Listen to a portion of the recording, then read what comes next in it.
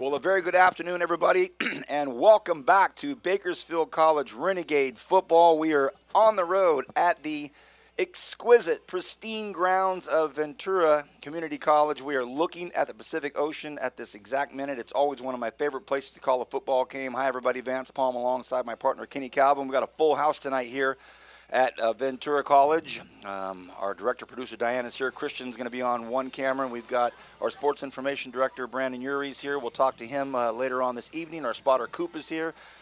And after a couple of weeks off, Kenny's going to talk to John Metis. This is the Bakersfield Californian pregame show. We're on News Talk 1180 for our radio friends. And the premier spotlight tonight, visually, optically, of course, Bakersfield.com, our good friends at the Bakersfield Californian. And the optics that I'm looking at right now, it's going to be an unbelievable sunset on the Pacific. The breeze coming right off the coast. We're looking at the crystal blue waters right now and the islands off in the distance. But what always changes my optics is when I pull in from the beach and I start to look down. It's the black and orange of Ventura College. Never, ever do we forget these colors. If you're a longtime Renegade football fan, we'll go into some of the historic games that have been played here, a couple that I've called that still etched in my memory. So we will have John Metis up here in a few minutes. Kenny and John will talk about a lot of things. Hey, Kenny, by the way, you got to make sure you talk to Metis about these grades. I mean, you saw this a couple weeks ago. He put these grades in the newspaper, right? Hey, Fury, did he run this by you, or he doesn't really have to, does he? I mean, he puts this article in the paper, man. He's got these big grades, So I want you to make sure you talk to the medicine man and see if it's changed over 13 days. But just having good friends. Did we make honor roll? You and I got no mention at all. I mean, you know what? That's the best question you could ask him. Hey, what's the grade for the announcing team? Let's bring in Kenny Calvin. You can hear him chuckling. And the first thing he says on the mic is a pointed question. What grade did we get? All right, Kenny, let's go back 14 nights ago, as we always do. But since we had a bye, we were most recently at Memorial Stadium. Nice win for our Renegades. Definitely. Your thoughts on 2 weeks ago? It was just great to see the guys get back on the right side of emotions. We had such heartbreak in some of those games that we should have won, especially being down a couple weeks ago or 3 weeks ago. But having an opportunity to get back into a team atmosphere where we're playing at a high level, your 2s and 3s get an opportunity to get some reps, which is going to help you down the line. Well-balanced offense. Our running game is fantastic. Offensive line play is spectacular. And the defense showed out. Jalen Simpkins leading the team in tackles. Harrington, player of the week, for the conference. So some bright spots on the defense, bright spots on the offense based on the fact that we were able to move the ball and create offensive opportunities for multiple people.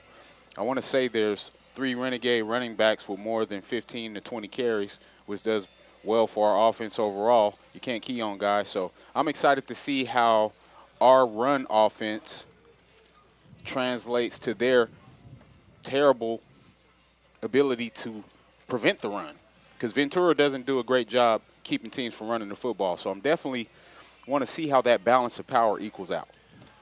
Kenny, in looking at what you talked about against Orange Coast College 2 weeks ago, a really successful game, but 3 weeks ago we're on the road at Golden West, and you talk about a fantastic environment, like 75-degree all day, perfect sunshine day. The Renegades, and I don't want to beat a dead horse, but we did not play well against Golden West, and it kind of left a little sour taste in our mouth, and I'm glad to hear you say we got on the other side of that pounding. We really made some news 2 weeks ago.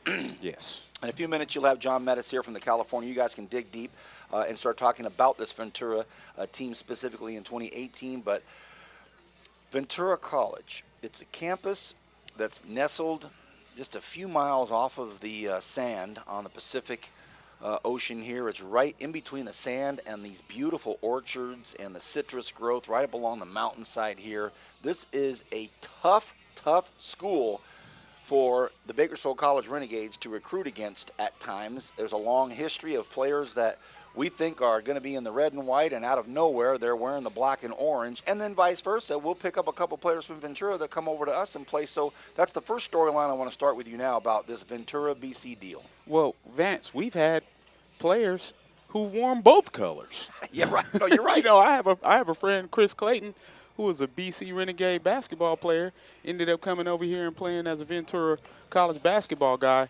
But one of the things about that, we have these friendly rivalries, family rivalries. You know, we have Renegades who stay in the area like Calvin Peterson. But one thing about this historic rivalry is the fact that we both play at a high level year in and year out. Last year we had trouble here. We came in with some momentum and ended up giving up 3 50-50 balls that basically changed the complex of this game. You're right. You know, so I'm just trying to see how our defense playing at a high level is going to match what they do offensively, because they're still high powered and they're still high octane being 4-1.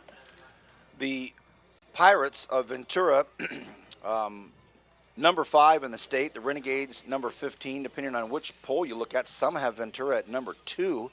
We'll find out from the medicine man where he feels that they are locked in at as far as a ranking. But the bigger story as we come into tonight's game is we've had 2 weeks off. It's the beginning of conference play.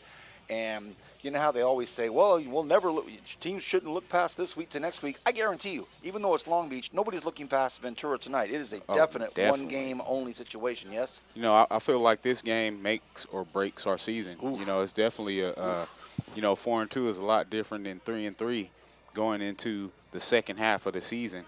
And being that we've had trouble finishing seasons the past 3 years since I've been part of the team from a broadcast perspective, I know Coach Chudy is thinking just like I'm thinking, like, hey, we had the week off. Let's come out, shock the world by beating the team nobody expects us to beat here. I know everybody at home expects us to win all the time. Right, no, it's a great point. You know, but they're a high-octane team. They're 4-1. They're coming off a close loss to Fullerton. You know, they've played some tough teams, tough games as well. They had a game where they barely beat Allen Hancock by 1 point, I believe. You know, and they're always going to play at a high level. Kenny, in a second, I'm going to get out of here, let you and John get going in your middle segment. But a couple of things I want to talk to you about before I get out of here. First thing is you know, the quarterback situation. You know, a couple weeks ago, we're Golden West, and we got a kid that had been on the plane about 48 hours before that, and because of an injury, we throw him in there. We could tell that he had a nice, strong arm, but you talk about a tough situation to be in. However, a week after that, last week, we saw a couple of really well-thrown long balls, learned a few plays, and with John's article on the importance of running tonight, we might see something special from Irby. Yeah, and I was actually thinking about that all week, just thinking, is Medina healthy as well? How many snaps is he going to get? You know, as far as Irby being in that position and also having an opportunity to bring back somebody who was actually super efficient in moving the football, and how that's going to play out for the second half from an offensive perspective. Because one of the things that I did notice, Vance, was that our offense was way more in rhythm passing the football with Irby, you know, than we had been all season. And now with a week off, Medina is probably healthy enough to come back in here and help too. So are we going back to the 2 quarterback situation? I haven't had a chance to talk to Coach Paul or Coach Dean like I usually get to, being that we're on the road. But it's going to be interesting to see how this plays out. We talked about being the bye last week. Now we're going into a second half of the season, 5 games left, starting off with a powerhouse that's coming off a very tough game versus Fullerton. Mm-hmm. Ventura College 4-1. What do you have for us? Well, I mean, Ventura's a good team, although you kind of wonder which Ventura team is going to show up today. First game of the season, they only beat Orange Coast by 4 points. Wow. So BC blew out Orange Coast before the bye. Very interesting. But then last week, number 1 Fullerton, best team in the state, has been the best team in the state for the last 3 years. You know, that's a 5-point game. So, and as Vance mentioned, or you mentioned, the Allen Hancock game, Ventura won that one on a score. There was a little swing pass or screen pass to their running back, who's probably the best kid on their team, Thomas Duckett. And Chudy says he's probably the best running back they'll see all year. And they threw a little swing pass to him, and he went like 60 yards, scored with like a minute or 2 left, and that was the deciding score in that game. So, interesting you bring up Duckett. 77 carries, 406 yards through 5 games. And this is a passing team. Yeah. You know, so for a running back on a passing team to have that many carries, nearly 100 carries through the first half of the season with 406 yards, that shows balance on the offense, right? Well, last year they had Jake Constantine, and he was the quarterback. He really kind of tore up the BC secondary in that game, and Coach Chudy was really unhappy that game with the 3rd and longs that they gave up. And he wasn't those alone. Big chunk plays. And this year they don't have Constantine. He's gone. So they have 2 new quarterbacks, and I think you'll see more run than you're used to from Ventura. Okay. I don't think the passing attack is as good this year, and I think they've relied on the run more. And even when they do pass it, a lot of the times they're able to throw it to Duckett. So they're doing the strategy of getting the ball in your best player's hands and letting him make plays. So I think the BC secondary should have a much better game today than this time last year when they played Ventura. Interesting you say that. Thomas Duckett also is the 3rd leading receiver with 14 catches. But you have 2 quarterback situation for Ventura. You got Brock Doman, Jay Vanderyacht, both have over 75 completions. Yeah. It definitely, or 75 attempts. It definitely shows that they've had equal chance at running this offense. So it's going to be interesting to see who gets the snaps, just like it may be interesting for us. Yep. So now let's segue into our quarterback situation. I haven't been able to talk to Coach this week, being that, things were a little bit different with the schedule and being on the road. But we have Medina, who went out a few weeks ago. Hamstring injury. I would think he's probably able to play by now. And you got Jacob Irby, who played pretty well last week and stretched our offense for the first time. So what are you expecting from the quarterback position? Well, I talked to Chudy on Thursday, and he said Medina is getting healthier and healthier every day. He's been taking reps in practice, and I believe he's been taking first-team reps in practice. So I would expect Josh Medina to start. I wouldn't be hugely surprised if you saw Jacob Irby at some point. I think Irby still, even though he's played in 2 games, he's still trying to get that offense, understanding the offense. He's still trying to get the chemistry with everybody. So Medina, he's been here since the summer, so he's got a better understanding of the offense. And, I think Josh he's a capable thrower. He can run the ball too. I love his management skills. Yeah, and he's not going to lose you a game. He could win you a game, and he's not going to lose you a game. Meanwhile, I think Irby's kind of a higher risk, higher reward kind of guy because, as we saw 2 weeks ago, he'll run circles in the backfield until somebody's open, which definitely. Then he can throw it 80 yards for a touchdown pass, or he could get stripped from behind and have that situation play out. So I would expect Medina to start though, but that's. Chudy hasn't said anything to me about it. That's just kind of my gut feeling. Gotcha. Well, I trust your guts because you're the medicine man. And speaking of trusting your gut, you came up with some grades. You had grades in the article this week. Let's touch on some of the grading from the perspective. Sometimes you grade on the curve. Sometimes you grade just how you see it. So, John Metis, let's run through some of these grades. Well, quarterbacks, I gave him a C+. So that's part of the quarterback play relies on the offensive line. And so that's been an issue for the quarterbacks to deal with, where regardless of who's back there, they're not getting much time to throw the ball. But I thought, especially in that one blowout that BC had where they ran the ball for like 300 yards and only had 16 passing yards. I remember us laughing at that at the end of the game. You should be able to complete passes in that game. You should be able to have more than 16 passing yards, even if you don't want to show a ton of passing in your offense, show a ton of the plays that you have. But I think Medina needs to get better finding receivers on those routes that are more than 7 yards down the field. Sometimes, they're at people's feet or he's trying to throw it too quick or something. And, Irby, there was just kind of too small of a sample size. So, well, maybe the time off will help him. And also, it helps everybody. Yes, one of the things I learned best from being a coach and having to go to the booth as opposed to being on the sideline was it gave me an opportunity to open up my mind and see things that I didn't see before. Yeah. Sometimes when you miss games and your backup's in, you have an opportunity to learn from his mistakes and see where you would have made throws. So hopefully that works. So now let's move to the running backs. You gave them a grade of B. Yes. The running backs, I think, are the best position group on the team. If you're still considering Shane Jones a running back, even though he's played wide receiver the last few games. Mr. Everything. Yeah, but, you've got Elijah Ortiz, who's obviously a great running back. He's fast. He can avoid tackles. He can catch the ball. He can run the ball. Isaiah Martin is a good change of pace, who I would expect to see more of him today than we've seen in the past. He was recovering from an injury at the beginning of the year. He's healthy.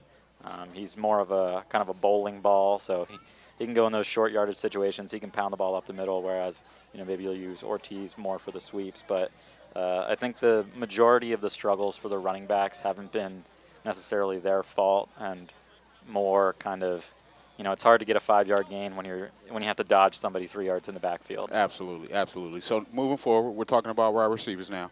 You gave them a grade of B-. When I was looking up the stats, one of the frustrating things was seeing that Cam Roberson, one of the most explosive individual players in the state, is only averaging 3 catches a game.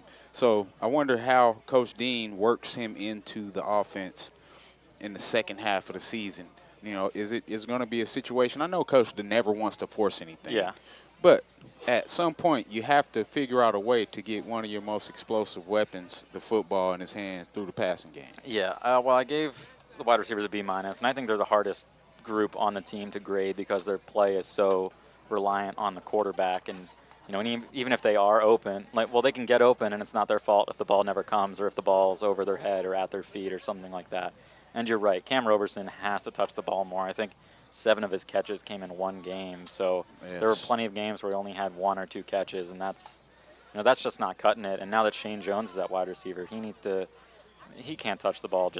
I don't care if he has 2 catches for 90 yards. He still needs to touch the ball more than 2 times. I agree. So that you're, like you mentioned, I think there will be some offensive adjustments made where there are more plays in there specifically for Roberson and Shane Jones.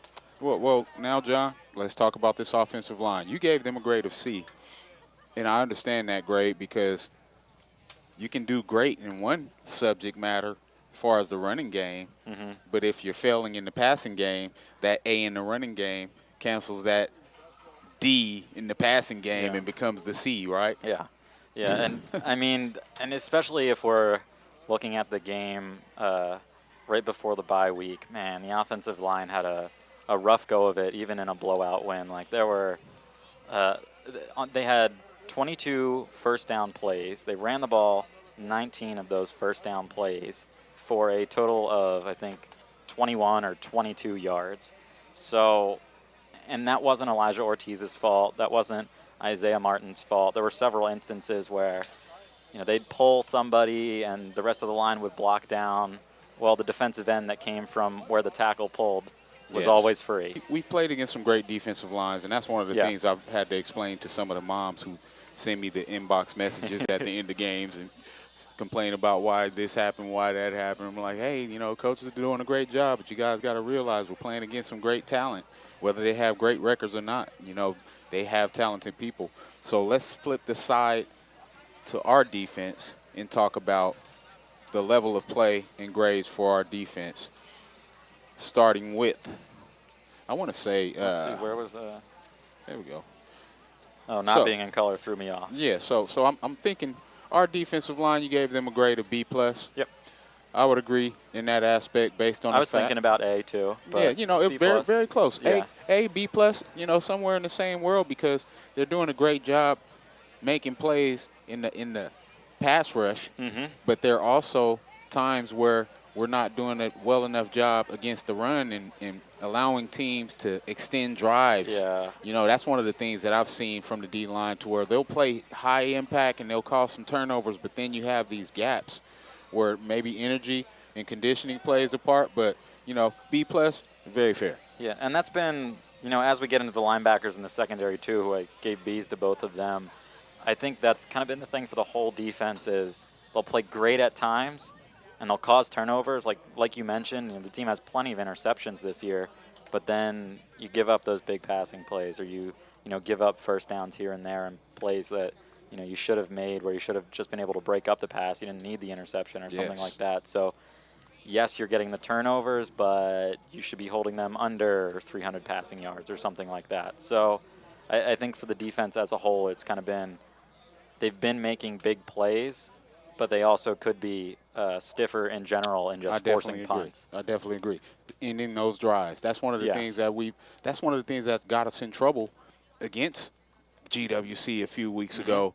We have opportunities to get off the field, and we give up the 4-yard run to open up another 4 minutes of play for the offense. So definitely tough task, being that you're playing well at times. You just got to improve the consistency. Yep. So we got about 30 seconds left until we go to break, but let's talk about secondary.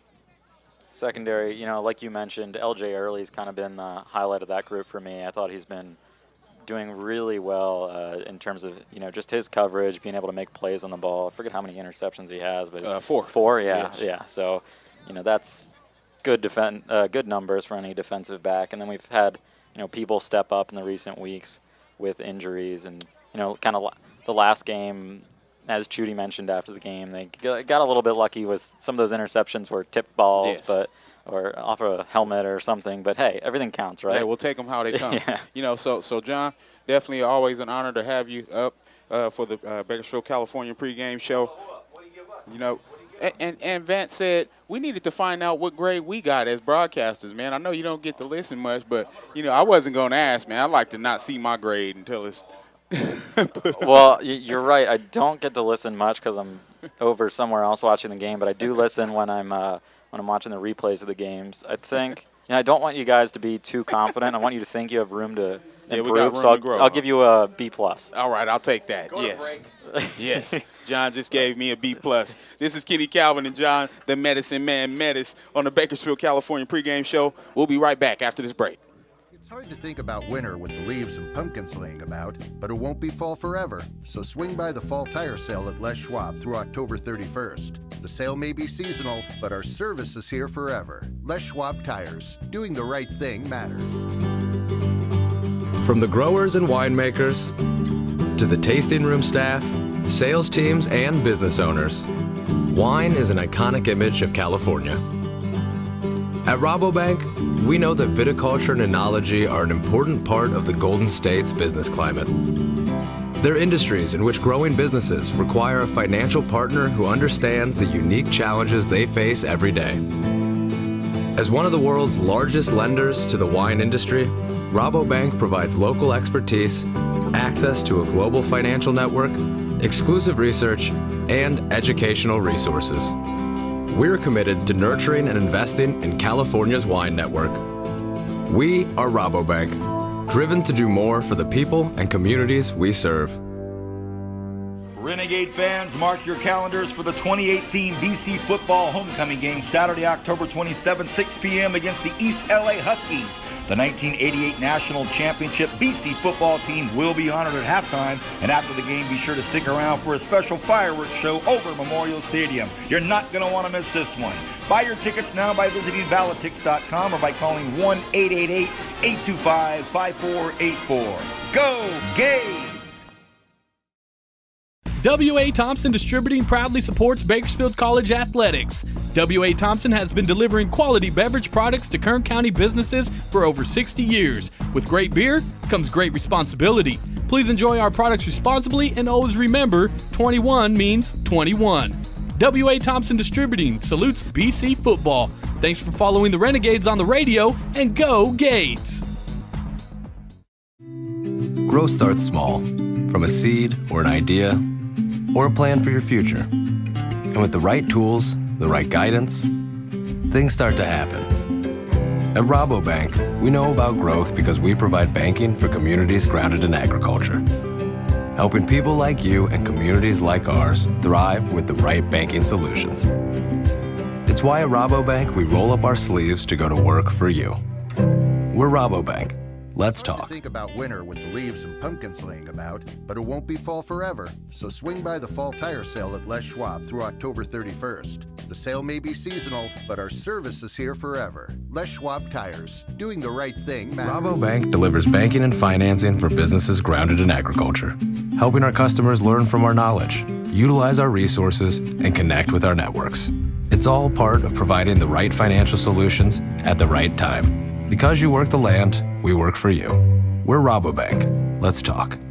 It's hard to think about winter with the leaves and pumpkins laying about, but it won't be fall forever. So swing by the fall tire sale at Les Schwab through October 31st. The sale may be seasonal, but our service is here forever. Les Schwab Tires. Doing the right thing matters. From the growers and winemakers to the tasting room staff, sales teams, and business owners, wine is an iconic image of California. At Rabobank, we know that viticulture and enology are an important part of the Golden State's business climate. They're industries in which growing businesses require a financial partner who understands the unique challenges they face every day. As one of the world's largest lenders to the wine industry, Rabobank provides local expertise, access to a global financial network, exclusive research, and educational resources. We're committed to nurturing and investing in California's wine network. We are Rabobank, driven to do more for the people and communities we serve. Renegade fans, mark your calendars for the 2018 BC football homecoming game Saturday, October 27, 6 p.m. against the East LA Huskies. The 1988 National Championship BC football team will be honored at halftime, and after the game, be sure to stick around for a special fireworks show over Memorial Stadium. You're not going to want to miss this one. Buy your tickets now by visiting Validtix.com or by calling 1-888-825-5484. Go Gays! W.A. Thompson Distributing proudly supports Bakersfield College athletics. W.A. Thompson has been delivering quality beverage products to Kern County businesses for over 60 years. With great beer comes great responsibility. Please enjoy our products responsibly and always remember, 21 means 21. W.A. Thompson Distributing salutes BC football. Thanks for following the Renegades on the radio, and go Gades! Growth starts small, from a seed or an idea, or a plan for your future. And with the right tools, the right guidance, things start to happen. At Rabobank, we know about growth because we provide banking for communities grounded in agriculture, helping people like you and communities like ours thrive with the right banking solutions. It's why at Rabobank, we roll up our sleeves to go to work for you. We're Rabobank. Let's talk. Think about winter with the leaves and pumpkins laying about, but it won't be fall forever. So swing by the fall tire sale at Les Schwab through October 31st. The sale may be seasonal, but our service is here forever. Les Schwab Tires. Doing the right thing matters. Welcome back, everybody. Vance Palm alongside Kenny Calvin. We are so stoked to be with you here at Ventura College. The Pirates are welcoming in your Bakersfield College Renegades. Hope you enjoyed the Bakersfield Californian pregame show brought to you by the namesake, the Bakersfield Californian. You're watching this on Bakersfield.com. You're listening on News Talk 1180. Pleasure to have everybody with us. Kenny Calvin to my right. My spotter, Coop, is here. Our director and producer, Diana, right to our left. And below us, Christian on camera. So the full crew is here. And we have a fun night ahead of us here as the Renegades on the road at Ventura will be kicking off. Renegades in their away red pants, white tops. Ventura in their home pewter pants, black jerseys with the orange numbers, and the kickoff starts the football game off, and a big long kick from Arvin, and he put that right on the pylon. It snuck inside the pylon, no chance for a run back. Wow, what a sneaky good kick to start things off. Let's bring my partner Kenny back in. Kenny, before we start, Metis gave us a B+, saying that, I don't want you to get big-headed. That's all right, John. You know what? We'll give you an A- because there's a little bit more love for you, John, than you have for us. But great stuff with John. Here we go, Ken. Yeah, and they're coming out right away, and that trip's open set. John said expect to see a lot more run than we're used to.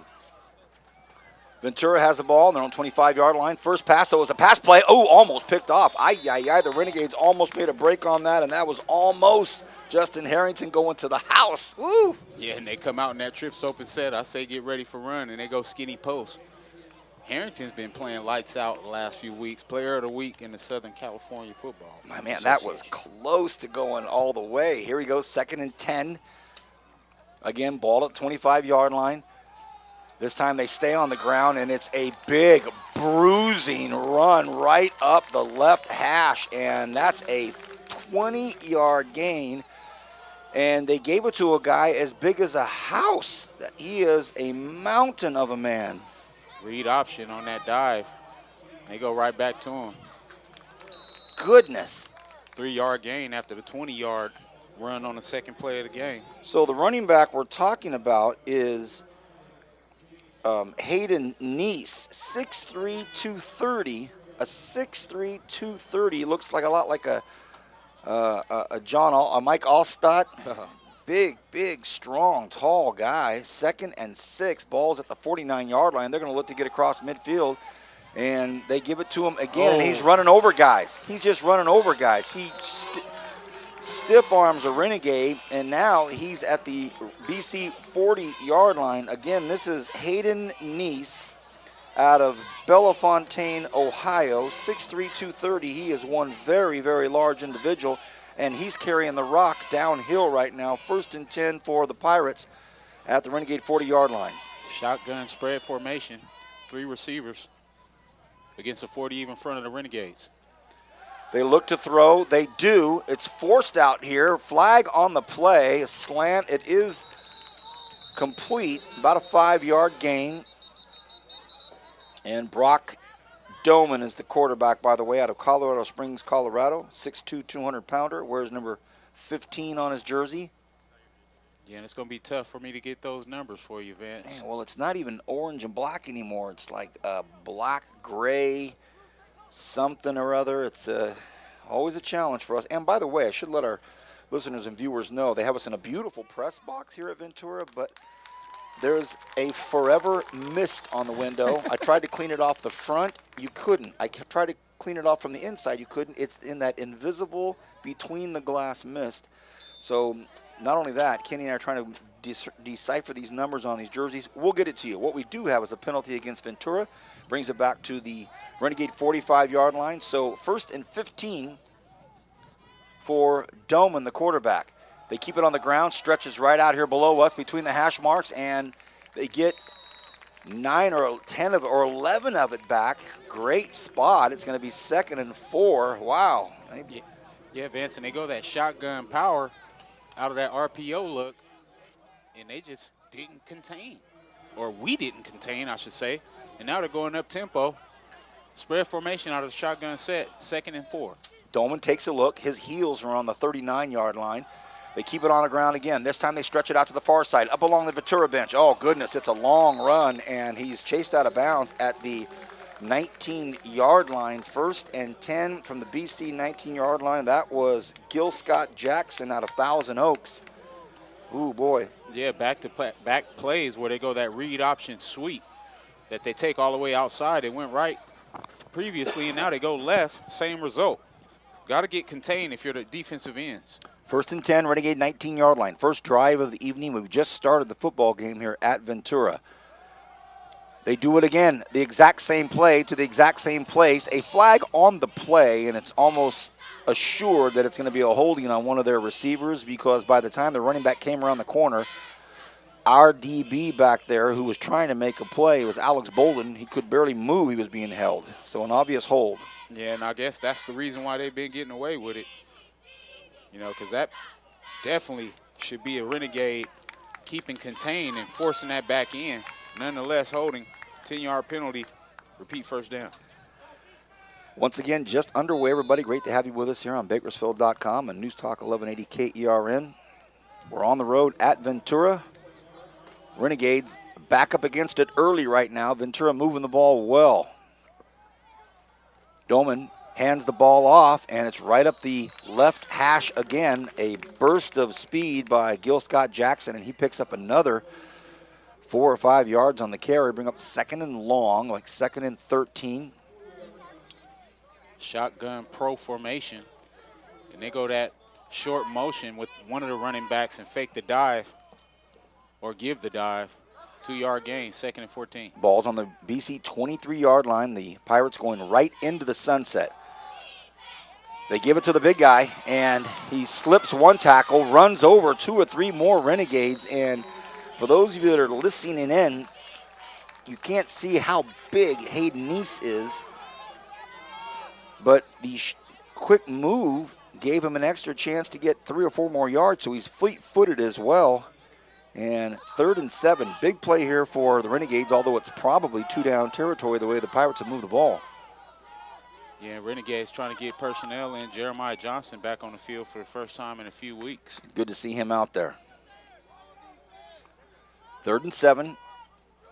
Doman stands at the 20. The ball's going to be snapped from the 16. He looks left, throws left, and it is caught way out on the left flats by the Pirate bench, but the applause you hear below me is Sean Stevens making a good tackle for the Renegades. And I might want to remind everybody, if you've never been to Ventura Stadium, everybody sits on the same side we're on. So there's no away side. It's all on one side. We happen to be right above all of the Renegade fans, which is good for audio, isn't it, Diana? You're going to hear all of our people clapping all the time. Well, look at this. It's not two-down territory. It's going to be a 30-yarder attempted by Ventura. Remember that fake they ran on us last year? I'll never forget it.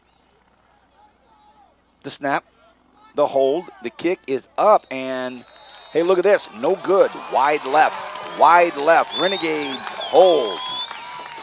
Fantastic job by the defense not panicking, because Ventura came out and basically did whatever they wanted to do up until that last third down conversion. Great job by the defense. Great job by Sean Stevens making the one-on-one tackle against that jet motion swing pass to the running back. That's the voice of my partner, Kenny Calvin, host of the Renegade Report. Former Renegade player, always a Renegade, though. See some Kern County fans sporting the Ventura colors below us as well. Here's a start for the offense for the Renegades, and they quickly get it out to Elijah Ortiz, and he picks up maybe a yard. They say he lost a yard? Actually lost a yard. Oh, boy. Shotgun double set, and we go that flare swing route from the back. Lost a yard, 2nd and 11. 2nd and 11. Medina fakes, keeps it, stays on his feet, and gets a nice 6-yard gain. Gets the ball up to the 25-yard line, a manageable 3rd and 5.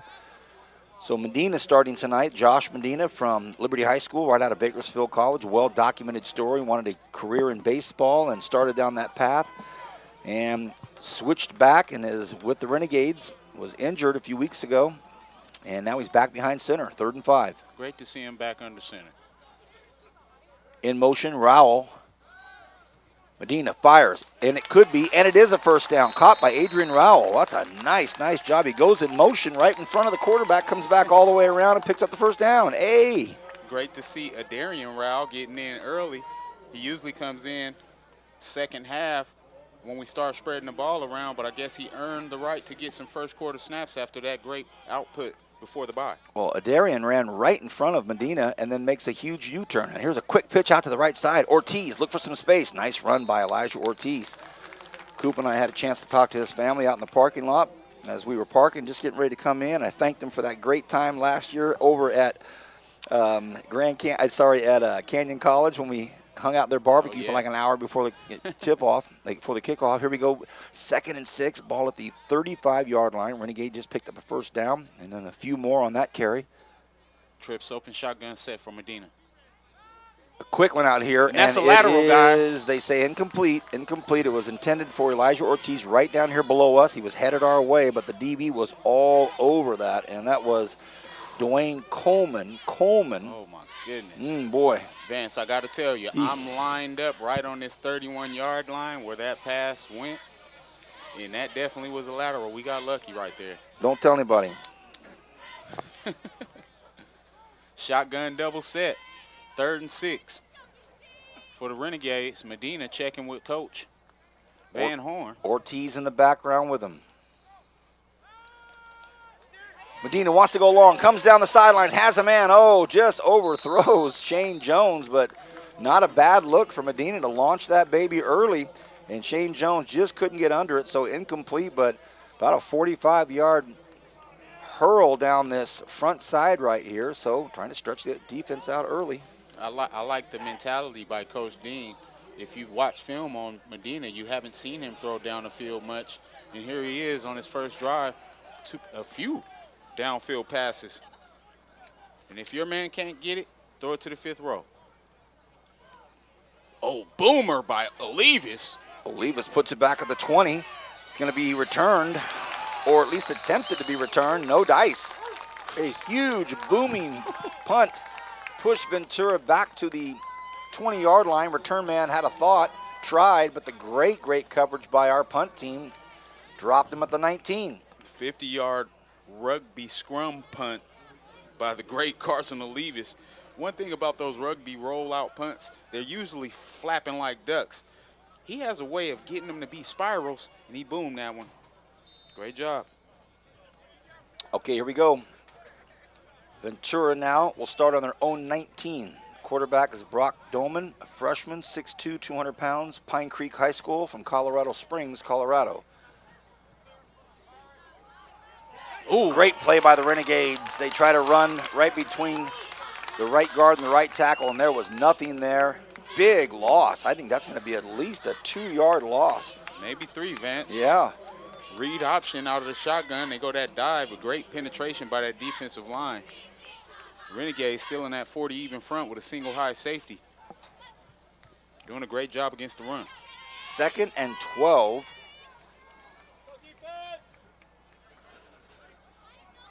Doman drops back, definitely wants to throw, looks flushed out of the pocket, throws down the far side, launches it up, should be picked off. It's picked off, baby!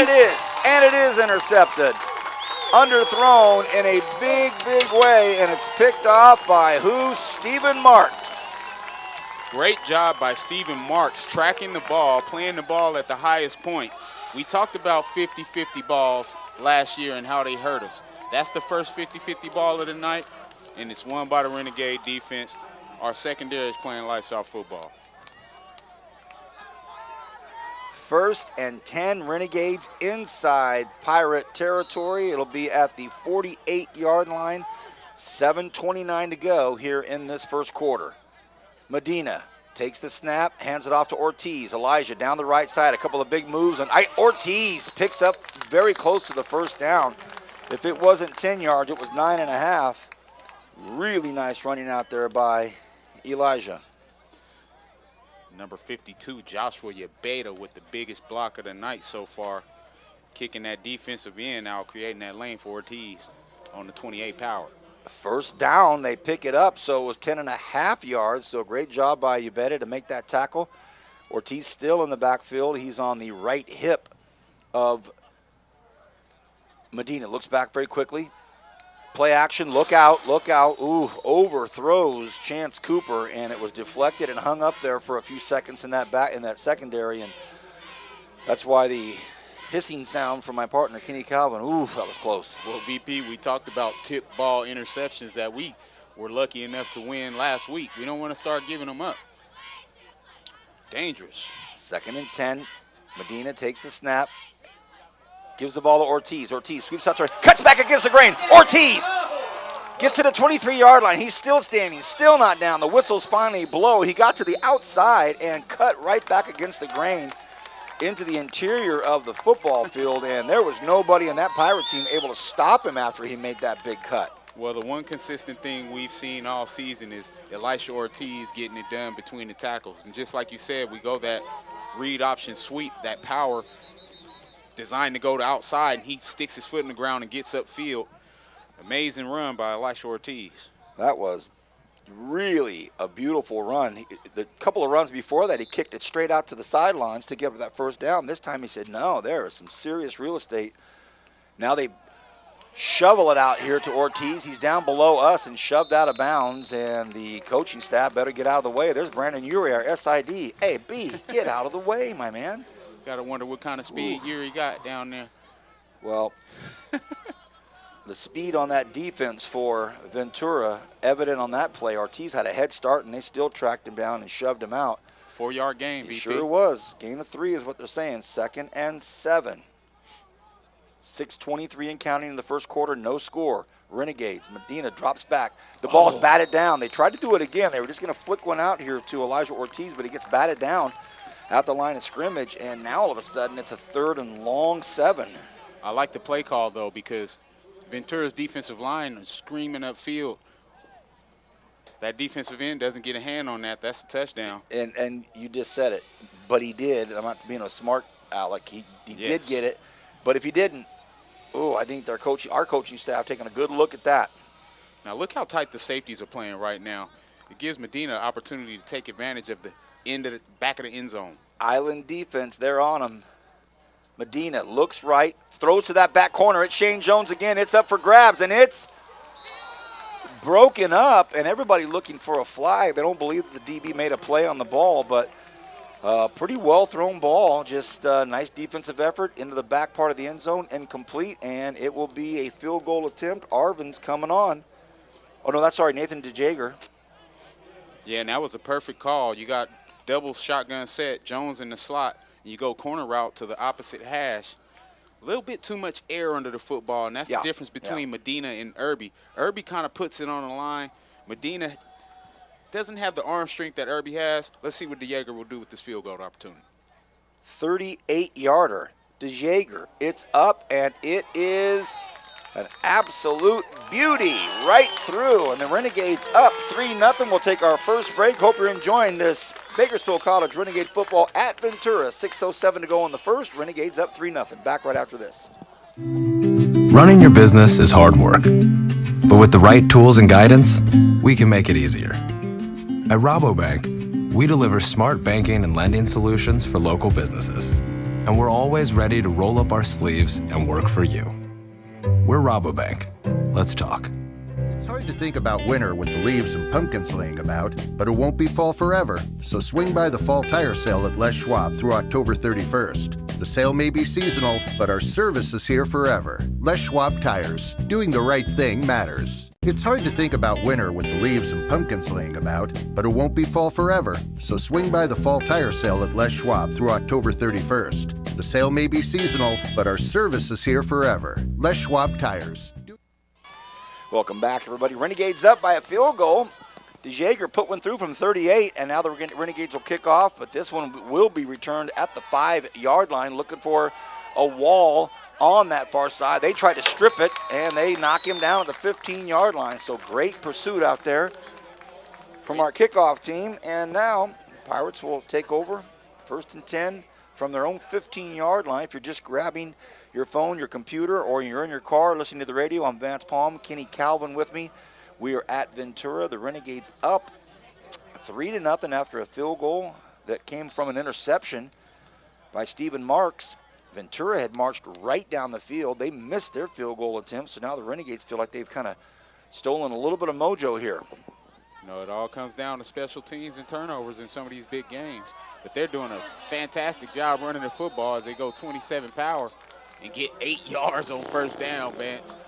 Another big run to the left side, and this was Gil Scott Jackson. So whoever they give the football to, they know how to deliver the blow at the end of it. This is not an anomaly with the big Hayden Neese. Everybody lowering the boom at the end of these runs, and they pick up a first down there, just something short on the left side, and they get 3 yards, 1st and 10 Ventura. Yeah, all week I researched running game, and I saw Thomas Duckett. Haven't seen Duckett get one carry yet, but these running backs are doing a great job stepping in for him so far. 1st and 10, ball at their own 29-yard line. 5:22 to go. It's a pass play here in this first quarter, and the receiver catches it but slips right down here below us, so it'll end up being a short completion. Yeah, Jared Thompson on the quick out as they go roll right flat power. So you think. I know. These numbers, guys, are 3 different colors on They're black like jerseys. Halloween numbers. They Wow. look like gummy bear numbers on there, man. It is hard to see. 2nd and 7. Again, they just keep it right on the ground below the tackle and nothing doing there. Great job by Jalen Simpkins. Good tackle in there as well. Mario Solario. didn't catch a lot of him 2 weeks ago. But you got to wonder if there's injury somewhere in there, because he was one of the most sought-after defensive guys making plays in the first 2 weeks. well, he's right in there with Jalen Simpkins in the heart of that defense. And this is a big 3rd and 6 for both teams here with 4:20 to go in this first quarter. They want to throw. Doman looks to his left, throws it, and it is caught. And yards after the catch make it. Oh, he gets the first down by a football. And they almost had him, and it would have been a punt situation at the 39, but he lunges forward to the 40, which is exactly what he needed. Ventura first down. Yeah, Stevie Houston, 6'3", 205 pounds, out of Rio Mesa, Oxnard, California. Great job running after the catch. Man. Trips open set for Ventura against a 40-even front. Balls of the Renegades. Balls at their 40. We're under 4 to go here in this first quarter. Renegades lead 3-0. They try to jam it up the middle again. No dice, nothing doing. Great job by our Renegades. How about L.J. Early? He gets in there and makes a tackle. You got to figure, L.J. Early, 5'11", 197 on the tackler. Hayden Neese with the ball, 6'3", 230. Ooh. Attaboy, L.J. LJ's tough. 2nd and 9. Ventura in that shotgun double set. The big fella, Neese, on the right hip of Brock Doman. Doman taking his time. Play clock down to 7. Doman looks quickly to his left, fires out to his left. And enough of a move out there on the edge gives him the first down. Not horrible coverage out there, but a lot of space, a lot of real estate. And Chris Brooks. Yeah, Stephen Marcia has to do a better job getting to the flat instead of checking. Sometimes you go curl to flat to check, but if you see your guy going flat right away, you got to get out there. Under 3, 1st and 10 here in this first quarter. Doman. And there's movement all over the place, and I would think that that's on the offensive line. I thought I saw a little bit of shuffle going on there before the ball snapped. Mario Solario came off the edge right there. Yeah, he was ringing the doorbell, and I think somebody answered a hair too early, and that's exactly what happened. So Ventura gets it marked back 5 yards. Well, that's good for the Renegades because Ventura and that patented momentum that they're able to get so quickly. Anything to slow them down, KC. Anything to slow them down, especially for your defenders. You just need that extra 10 seconds to catch your breath sometimes between plays. The sun has set on the ocean just off to our right, and it's one of those SoCal nights. Ventura Highway. Here we go. 1st and 15. Doman, gone eerily quiet. They give it to the big man, Neese, and he goes right up the middle, and he breaks 3 tackles before he's finally brought down by Sean Stevens. That is one big load. Yeah, he's a big guy, but if you're Coach Chudy and the rest of the defensive coaching staff, you're going to be a little bit hot at your guys because you're not wrapping guys up. I don't care how big you are. You got to get your arms wrapped around the limb that you touch. Their ankles. Whatever you touch. 2nd and 3. They want to throw. They do, and it's caught right below us at the 39-yard line, and it's moved up to the 34-yard line. So a nice play out there by Chris Brooks out of Newberry Park High School. He's a freshman from Thousand Oaks, California. Yeah, great design on the route because what they're doing, they're going trip set, and the 2 receivers are clearing out, and they're just going stick routes. Here comes Solario for the Renegades, and Roman drops up, throws, and it is a beautiful catch. What a pass, what a catch. Oh, the presence of mind for Doman to wait one more second to deliver that to Gil Scott Jackson right down here below us on the near side. Hung on to it for 1 extra second, and then he threw it where only Jackson could have picked it up, and he got it. First down, Renegade, 23-yard line. Amazing back shoulder throw. Great job getting those toes in by the running back as well. 1:19 remaining in this first quarter. They're right below us. They're playing right below our booth. And a nice job out there by L.J. Early. He had a big tight end trying to knock him into the ground, and he hung in there and made a tackle. L.J., good tackle, 2nd and 9. Yeah, the offensive line of Ventura is doing a great job creating lanes. And if you don't have the secondary coming in to fill those lanes as they open up, it's going to account for a huge run. Trips open set for Ventura.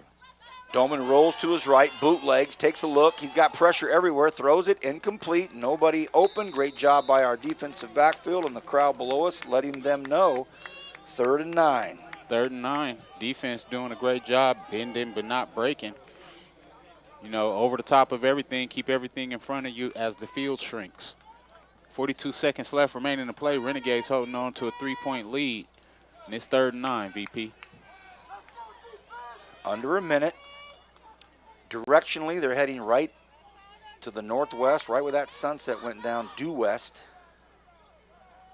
Doman rolls to his right. Looks like the same play as it was. Threw it up there, and it's caught. What a catch. And L.J. Early was all over Dominic Benson, but the ball was so perfectly thrown, and Benson stayed focused. Kenny, you may want to weigh in on the defensive effort, but that was a fabulous pass. Yeah, like we said, on some of those corner routes, there's nothing you can do from a coverage perspective if it's a perfectly thrown ball. And that's exactly what that was. First and goal. It's a run play, and it's a touchdown. And that was pretty easy. Gil Scott Jackson walked that right in. I need to say there's been a quarterback change, by the way. It's Jay Vanderjagd. It is no longer Doman. Jay Vanderjagd on that play with the handoff, but touchdown Ventura. Yeah, and as I researched their numbers, they get even snaps. Most of them have over 75 attempts. You know, they do a great job rotating quarterbacks. And for the defense, you were out there on the field pretty long that drive. Here's the PAT, and they almost got it. Good effort, knocked it in.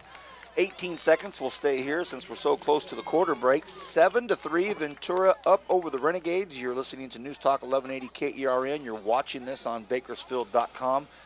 Great to have everybody here in beautiful, serene, breezy Ventura, California. As I said, that sun just went down, so we've got a beautiful skyline, little sliver of a moon up there. As I like to say, my English professor said, it don't get no better than this. Well, VP, it don't get no better than that last text message I just got. Got another Renegade teammate who was also my Compton Colt teammate, Andrew, the Foothill Trojan Puget, is in the building. He's here? He is in the building. Did he bring us food? I hope so. What an athlete. One of my favorite, most consistent receivers in the history of my playing career. If you needed 1st and 10 on 3rd down, throw it to Andy Puget. The Puget Sound, just a brand new member of the Foothill High School Hall of Fame. Man, AP needs to get up here. Okay, 18 seconds left to go in this first quarter. Ventura leads 7-3. And first time we'll get to see the receiving team for the Renegades tonight. The ball goes up, kind of a wobbler, weird bounce, takes a couple of really weird bounces. Finally picks up by Ortiz, and because of that, he's able to get up to the 25-yard line. He was able to kind of use the awkward bounces to kind of get a little bit of a better read on that Ventura kickoff team, but not a bad start, 25-yard line. 13 seconds left here in the first. Yeah, it's always interesting when kicked balls hit the ground because the kicking team loses track of the regular timing of when the ball gets there, and it gives opportunities for the backs to pick up blocks. 1st and 10, Renegades. Medina has Isaiah Martin on his left hip, and Martin's going to go out and block for Ortiz, but Ortiz cuts it back up the other way. Ortiz looking for some room. Ortiz to the 40. Ortiz to the 50. Ortiz to the 40. To the 30. Ortiz to the 20.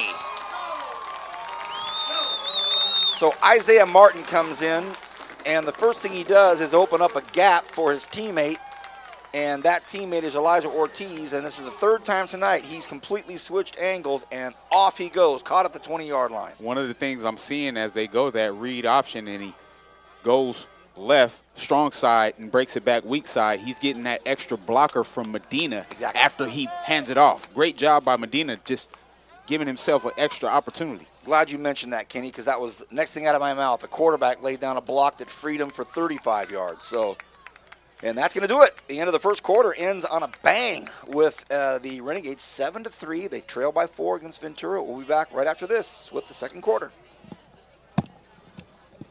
So while your financial life may start out with a Rocky Raccoon account, as you grow, we'll be with you every step of the way. From your first car and everyone thereafter, to investing in your family's future, to buying that special house you'll call home. Current Schools. Together, we have something special. Current Schools Federal Credit Union has been the local choice to meet your financial needs. And just because we're local, you can still take us wherever your travels or life may be. That's right. From online and digital banking to mobile check deposit, Current Schools is always a tap away. And did you know banking at Current Schools gives you access to over 30,000 ATMs nationwide, more than any big national bank can offer. Download the Co-op ATM Locator app to find an ATM near you. See, we're local, but we're local everywhere. Current Schools. Together, we have something special. W.A. Thompson Distributing proudly supports Start off the second quarter. This time it's Isaiah Martin. A couple of breaks, a couple of missed tackles, and there he is. He gets to the 14-yard line and actually lowers the boom, too. So a good start to the second quarter on a 1st and 10. They pick up an even 5. The ball's at the Ventura 15-yard line. And Medina trying to rush things up right now, and he has a couple of nice options out there. How about Zach Hartsfield, the 6'5" tight end, or will he be blocking?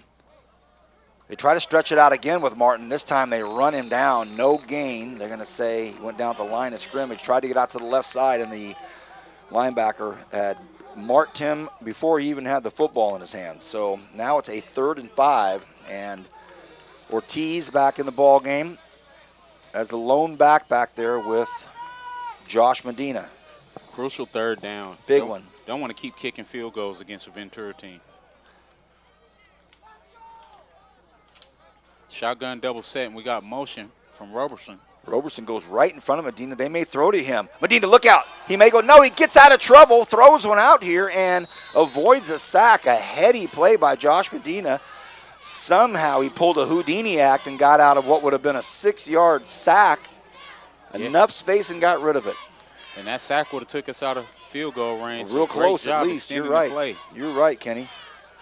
So nice job. And I think when he comes to the sidelines, amongst the other bits of news that he gets from the coaching staff, exactly. He got a nice pat on the back by both of those coaches that said, good job getting rid of that football, because now it sets up DeJager's 32-yarder. Josh Moran, the holder, he's at the 22. That ball's up. Flags are everywhere. The field goal was good, but Vance, this is going to be interesting because it's a 5 yards that we need for a 1st down, and if that's a leaping penalty, that's going to be 1st and 10 Renegades. Coaching staff looking over here for the Renegades, looking for their quarterback. And it looks like it's going to be leaping. How about this? We'll take it. Dun, dun, dun, dun, dun, dun, dun. Bum, bum, bum. Well, they're coming over for a quick little discussion here. The white hat. The field goal is good if they want it. But no, the offense comes back on the field. 1st and 10 Renegades. And it was a crucial penalty. And that's, I didn't mean to cut you off, but I saw it happening. We still haven't seen the call. He was making it, but the microphone wasn't working. It wasn't working. You cut me off now, so I'm going to tell Metis, you are a B+. For those of you that have no idea what I'm talking about, we had a lot of fun with John, the Medicine Man Metis. Pregame show, did an excellent article last week on a mid-season grading report card type of an article in the California, and it was just great stuff. We loved it, but gave Kenny and I a B+, and still smarting over that. But he's trying to pump us up for the final. That's it. How about this? I mean, a big penalty, huge penalty, and now all of a sudden it's 1st and goal from the 7-yard line for the Renegades here with 13:47 to go in the half. And we have a quarterback change. Irby comes in. After all of that, Irby comes in, and he's got with him on his right hip Elijah Ortiz. Wow. Jacob Irby hands the ball off to Ortiz. Ortiz to the left side, cuts back up against Grain. Can he get in? No, he gets hit at the 4-yard line, so a nice 3-yard run. But yes, quarterback change, Jacob Irby. And you have to wonder what it is.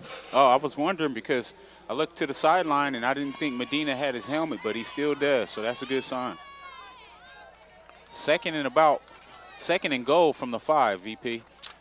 Well, I see Medina working that left hammy again, and he's talking to our training staff, so his helmet is in his hand, but he's reaching back on that left hammy. I do see him. 2nd and goal from the 4. Irby now. Been with the Renegades for about 2.5 weeks, 3 weeks. Has a quick discussion with his running back Ortiz on his left. 2nd and goal from the 4. Irby, look out. That was a broken play, and it did not work out, and it's a loss of a couple yards. It looked like he thought about handing it to Ortiz and then tucked it back in. I don't know, but a loss. Well, it seems we've been running the shotgun sweep. That time, that outside linebacker did a great job getting outside to be in front of the running back's face, so great job by Irby not forcing that pitch and keeping it. And Medina showing no signs of going back in. So 3rd and goal now from the 6-yard line. 12.5 to go in the half. Ventura up 7-3. Renegades have the ball. Cam Roberson in motion. Irby gets to roll to his right. Has a nice gun. Throws it, and it's picked off at the goal line. Uh-oh. Picked off at the goal line. Can he get more? up to the 30-yard line. And now he is tackled at the 31-yard line, and that is Jalen Watson intercepted at the goal line. A lot of whistles blowing, but no flags yet. I think there was some discussion in there. Ortiz made a hard hit, hard tackle, but ball intercepted at the goal line, and Ventura has it back. So Irby rolled to his right, thought he saw his man, let go of it, and it was picked off. So 1st and 10 for the Pirates at the 30. Is it the 35? Well, or was there a flag? 30. Was there a flag? Personal foul. Clip. So a clip on the interception return. VP, I can't help but to say this. For the 2nd straight game, we've seen where you take the field goal off. Yeah. And then those points don't come back to you. Kenny made that point 2 weeks ago when OCC was trying to get on the board. They finally scored, but the way that the penalty worked out, they declined the penalty and took the ball thinking they would punch it in. They did not. Same thing happened here. The Renegades made that field goal, but why wouldn't you take the penalty if it's going to give you a 1st and goal at the 4? And it just didn't happen. So now an interception gives the ball back to Ventura, 12-11 to go in the half, and they lead by 4, 7-3. They're going to stay on the ground with their big guy, Neese. He's hit a couple times. He rolls off a couple of times, and they're still trying to tackle him by the shoulders, and he took what was a 3-yard loss and turned it into a 3-yard gain. Yeah, and I'm seeing guys trying to knock him out. Yeah, they're trying to knock him out, like pinball him instead of wrapping him up and grabbing cloth. One of the things we're taught to grab cloth as we wrap up. And now you want to go to the wrestler where you're locking your legs to lock a leg in or something, but you're not just going to run off from you after you hit. Man, that could have been a 3-yard loss. Instead, it's a 3-yard gain. 2nd and 7. Ventura, ball on the far right hash. Here comes Solario. They read the blitz, and it's thrown out to the right side. What a pass and what a catch. A bullet thrown down the far side, and it is caught for Ventura. They will move the chains, and the ball is going to be at the 29-yard line. Man, what a really, really nice toss out there. 12-yard out by the receiver. And that's Jay Vanderjag. He's still in. Great job going up top to the next level and getting that foot down.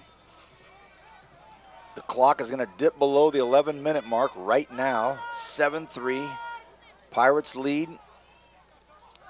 They want to throw down the far side. He floats one up, lobs one up, and it's caught. A perfect pass, and it's all the way down to the 27-yard line. Just a beautiful rainbow down the far side. It is caught, and it looked like Abdil Richards just got a step behind, and that was it. Perfectly thrown ball. 1st down, Ventura. So the pendulum has completely switched directions here as far as the momentum. Ooh. Yeah, and if there was ever any spot to attack in our secondary, it's been Abdil Richards. He's been the target of many offensive coordinators. Vanderjag now takes a look. On a 1st and 10, they give it to the big guy, Neese. Runs through a couple of fellas. Ooh, that's a nice tackle out there by Stephen Marks. It is really, the optics on it are very unique to see someone as big as Neese moving his feet like that and having guys miss. Absolutely. 2nd and 5. Picked up 5 on that. Ball's at the 23-yard line of the Renegades. The Renegades were about to score. Now their backs up against the wall. Shotgun double set for Ventura. Vanderjag takes it down to 4 seconds on the play clock. Drops straight back. Takes a look. Has a ton of time. Throws it across, and it's almost caught. But goodness, he had a good 6 seconds to throw that football. Incomplete, 3rd and 5. Yeah, the Renegades dropped off in a soft quarter coverage defense. Didn't send any extra bodies. 3rd and 5 for Ventura with 9:42 remaining to play. Renegades need something special from the D-line. Where's Jalen Simpkins? 3rd and 5, just as he talked about. Hayden Neese is back there with him. Vanderjag, the quarterback. They give it to the big guy. Neese looking to get his yards, doesn't get it, or do they? Wow. No, that Oh, my goodness, Very what a generous spot. spot. What a spot. Well, to all of our Kern County fans out there, that ball did not look like it got past the 19-yard line. But they're going to say he did all the way to the 18-yard line. Goodness, some of the coaching staff lifting up their hands saying, huh? What a spot. Now they just give it to the train. He keeps coming. And a run to the right side of the line of scrimmage. The Renegades are able to stop him for a second, but a gain of 2, and they are on the Hayden Neese train right now. Yeah, and you took the words right out of my mouth. Nothing special out of their offense right now. They're running an RPO-style offense where they're doing the read option out of 4 wides. 2nd and 8. Under 9 to go in this first half. Vanderjag wants to throw, tosses it underneath the coverage. Great job by the Renegades. Wow, what a hit by LJ early. They threw it down here below us, below the small hash, and early there quickly. 2-yard loss. Whew, what a hit. Jeremiah Johnson subbing in. Looks like we're going a little bit of a nickel coverage. Obvious passing down. Trips open set for Ventura against a 2-deep safety look at the Renegades. Vanderjag stands behind center in the shotgun. Neese to his right hip. He looks across the middle, steps up, in trouble, goes down, he's hit. He's sacked. Great job by Alex Bolden. Everybody did their job, and Bolden got in there and got him. Great tackle. And it's just like we said, these guys are playing so well, moving the football, being Ventura. We have to find a way to get penetration and get stops. Great job by the D-line finally getting our first sack of the football game. It'll be a 38-yarder. The attempt for this field goal with 7:46 and counting here left in this first half. A block and a scoop and score would be nice. There goes my partner again, ordering it up. The snap, the hold, this one's up, and not the most forceful kick, but it made it through. So it's a 10-3 lead by Ventura, but the Renegades did not let them get in the end zone after we were about to score, so a good job holding on there. We'll take a short break here on News Talk 1180, KERN, and Bakersfield.com. It's hard to think about winter with the leaves and pumpkins laying about, but it won't be fall forever. So swing by the fall tire sale at Les Schwab through October 31st. The sale may be seasonal, but our service is here forever. Les Schwab Tires. Doing the right thing matters. It's hard to think Rabobank delivers banking and financing for businesses grounded in agriculture, helping our customers learn from our knowledge, utilize our resources, and connect with our networks. It's all part of providing the right financial solutions at the right time. Because you work the land, we work for you. We're Rabobank. Let's talk. Welcome back, everybody. 7.5 left here in this first half. Ventura leads Renegades 10-3. But Cam Roberson receiving the kickoff on the 3-yard line. Roberson looking for some room, gets down to the far left side. Oh, he's hit hard at the 23-yard line. But he pops up. 1st and 10 Renegades, 23-yard line. And it looks as though Irby will come back out. Jacob Irby is going to start this series. Josh Medina went down or came off a little banged up, and we see him down at the trainer's table all the way to the far left side of our view. And it does not look, well, he's putting his helmet on. Don't know what that means, but he's jogging a little bit too. Yeah, I saw him jogging up and down the field the last few drives, and he has a limp. Wondering if he re-aggravated that hamstring. Yeah. Nonetheless, here we go. Okay, Renegades, 1st and 10, their own 23-yard line. Irby takes the snap, wants to throw in his own, deep in his own area. He floats it up, man, what the hell? How about this?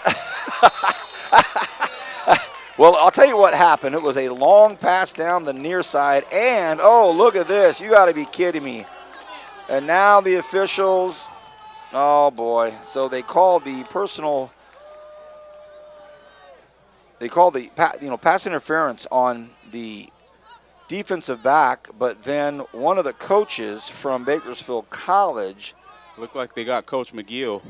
Got on the officials as if he expected them not to call it, but when he did call it, he also had a partner that flew the flag on the Bakersfield College sideline. So I think the coaching staff was just as vociferous as my partner Kenny Calvin. Well, I'm going to tell you what happened. Coach McGill, being that he took my position after I retired, he's telling that line judge, why didn't you call that? That's your call. you're over here on the side. This is your call. Yet someone in the back judge has to make the call because you're not doing your job. So after all of that, which would have been a huge pass interference call for the Renegades, where the ball would have been up here at about the 50-yard line, with 7:19 remaining here in the half, what would have been a really, really big call ends up not being so fortuitous for us. I think some of the coaching staff wanting to let these officials know what they saw, and man, that was a quick flag. I mean, man, you some thin skin out there. Oof. Yeah, you know, as an official, when your job is to throw flags when you see them, and you don't throw one, and somebody else has to throw it for you, coaches are going to let you know. Well, 1st and 10 again. Ball goes basically right back to where it was from the 23, and Ortiz was held up and a shot to the knees as he was being held up. Hopefully he's okay. And tough kid Elijah pops up. He didn't like that. He's letting that defender know. These guys are holding me up, and you take a shot at the knees. 2nd and 9. They gave him 1. The ball's at the 25. So a little bit of the wind out of the sails for the Renegades. They thought it was going to be 1st and 10 up here at midfield. 2nd and 9, 6:45 to go in this first half. 10-3, Ventura leads over the Renegades. Jacob Irby takes that snap, pitches it out to Ortiz. Ortiz looking for some room, and there's not much there this time. Loses, maybe gets a yard or two. Yeah, and that's what we're doing. We're going shotgun, and we're running a sweep out of shotgun. It looks like a slow option play, but their defensive ends and outside linebackers, being Ventura Pirates, are doing a great job keeping contained and forcing Ortiz to cut the ball back inside. 3rd and 7. Irby has Ortiz back there with him to block. Here comes Ventura. It looks like they're bringing a lot at him. Trips open set for Irby against a 2-deep safety look. Irby takes the snap, has decent protection, steps out of it though. Now he's on the run to the left side. Look out, flag on the play here. And I'm not convinced he didn't get his face mask grabbed. Very interesting to see what happened. Because if it's a holding call, it was an awfully late flag, and it was. So that white hat threw the flag out after Irby had taken off and started running for the sideline. So what we thought was going to be a really nice situation for us has now really come back and bitten us, because Carson Olivas will be standing back at his 5-yard line to punt this football. Well, I will tell you this. By the way, Kenny, the holding call was declined, so it's going to just be 4th and 8. Yes, holding call was declined, but I'll talk about coaching. Sometimes, as coaches, our emotions get the best of us, but it's important that when things have went your way, you minimize the talking after the flag has been thrown. And Carson Olivas gets hit hard, so the fair catch is made down here at the 30, but Carson Olivas was leveled. And he is not up yet, and he's going to lay back on his back. So a roughing the kicker call on Ventura. Go figure. You'd have to think it would happen here. And so look at all these Renegades running back to make sure Carson Olivas is okay. 1st and 10 Renegades, VP. He pops up, and he took a big shot well after the punt. And that ball had already left his foot, and it looks like Cale Jackson came in and lowered the boom. So both coaching staffs, as you talk about, are going to have a talk with their players and say, hey, look, this thing is tight, 10-3 with 5:30 to go. Very interesting change of events. You look at the last 10 minutes. We were going to score. We throw a pick at the goal line. Ventura marches down to the 20. They can't get in. We get a PI here that would have brought the ball to the 50, but we have one of our coaches get so upset he had the flag thrown at him, so it offset. Then we have a holding call. It's 4th and forever. They rough our kicker. Now it's 1st and 10 again. Irby at the 40-yard line. Irby's going to keep it himself. Gets a couple of yards. And that's what Irby needs to do, running this RPO-style offense. Just make better decisions in the mesh point. Don't try to force things. Definitely don't put the ball in play if you're not confident in the read. Chance Cooper hops on here on a 2nd and 9. So a strong right side of the line of scrimmage, which is our side, coming our way. 2-deep safety look for Ventura against the trips open set of the Renegades. We're under 5 now here left in this first half. They stay on the ground again. Ortiz, oh, man, almost a big, long breaker, about a 3-yard gain, but he was a shoestring tackle away from a long, long gain right in the middle of the football field. So 4:36 and counting. It is now 3rd and 4. Big third down here. If the Renegades can keep the chains moving, keep the clock rolling, and have a shot to strike with very little time left, that would be a good way to end this first half. Well, I'll tell you what, Vance Palm, no time like the present to get Mr. Roberson involved, possibly for his first catch. 3rd and 4. Roberson in motion. Will they give it to him? They just hand it to Cam. What can Cam do? Cam can get us a first down. Kenny Calvin. I knew you were serious when you said my first and last name. I knew I was in trouble when you gave me the scolding. I'll tell you what, Vance Palm. And Cam Roberson did it. First down, Renegades moved the sticks, went out of bounds at about the 47, 48-yard line. A beautiful play call. And that's why you love Coach Dean, because when you know your offensive line isn't doing a great job pass protecting, but you have a weapon on the outside, you do the best you can to get it to him however you can. 3:52 and counting left in this half. The Renegades trying to put something on the board. They go to Ortiz again. Ortiz gets a lot out of nothing. How about a 5-6-yard gain? Listen to this Renegade crowd below me. How about we make that 5, 6, 7 yards as he takes that inside read option play to the 40 or the 39-yard line of Ventura. 2nd and short. Gives us an opportunity to open up the playbook a little bit. Let's see if we get a little bit of razzle-dazzle out of Coach Dean. That great shot you're getting is from our cameraman, Christian, right below us. Our director, producer, Diana's to my left. Our spotter, Coop, is doing what he does. He's got his binoculars out. Kenny Calvin and I enjoying this first half. Here we go, 2nd and 2. Roberson again right in front of Irby. Irby takes the snap, looks to throw, quickly gets it out to Roberson. And Cam doing what Cam does. He at least brought the ball up to the 39-yard line, so it'll be 3rd and short. So just a quick, long handoff, if you will, out to Roberson down here. And he gets us to a 3rd and 2. Yeah, and Cam wanted to stay on his feet, but if he knew where the sticks were, all he had to do was fall backwards. But great pursuit by Ventura's defense. And running screens versus man coverage is tough when guys are staying on assignment, and that's exactly what they were in. Shotgun double set for Irby. 3rd and 2. LeBravon Austin comes in, and in motion, Rowell. And Irby tries to keep it and do it himself, and he's not going to get it. A loss of a yard on a 3rd and 2. He did not pick it up. Oh, what in the world? That's going to be a flag. The white hat calls it. Everybody here, including myself, one of the Ventura Pirates the play was over and just yanked Irby's face mask and twisted his whole helmet around. And it's starting to get awfully chippy, the white hat having to call it. And if you're the Ventura coaching staff right now, you can't believe it. And we got another quarterback change, VP. So Medina comes back in. Man, we need a script writer up here. This is Hollywoodish right here. So Irby has his helmet ripped off his head right in front of everybody. It was a dead ball, and the guys were all getting up, kind of like, hey, good play, how you doing, how you doing? A yank in front of everybody. You know, it always amazes me. Wow. Some of the plays that you see these guys make that put their teams in tough positions. Yeah, it's 1st and 10 for the Renegades at the 24-yard line. New life. Ortiz cuts up against the grain. You can just feel it. Look at the offensive lineman getting off a 5-yard gain right there. So the Ventura head coach, Steve Machagian is just like probably thinking, you got to be kidding me. Well, one of the things the great Mr. Cooper. We rough the kicker. We yank a guy's face mask after a 3rd and 4. I agree. What I was going to say about Mr. Cooper was the fact that we got to do a better job in the red zone. And now that the ball's on the 20, let's see what we got. Medina comes back in. Quick pitch out here to Ortiz. Ortiz runs into a lot of Pirates and runs out of bounds. No gain.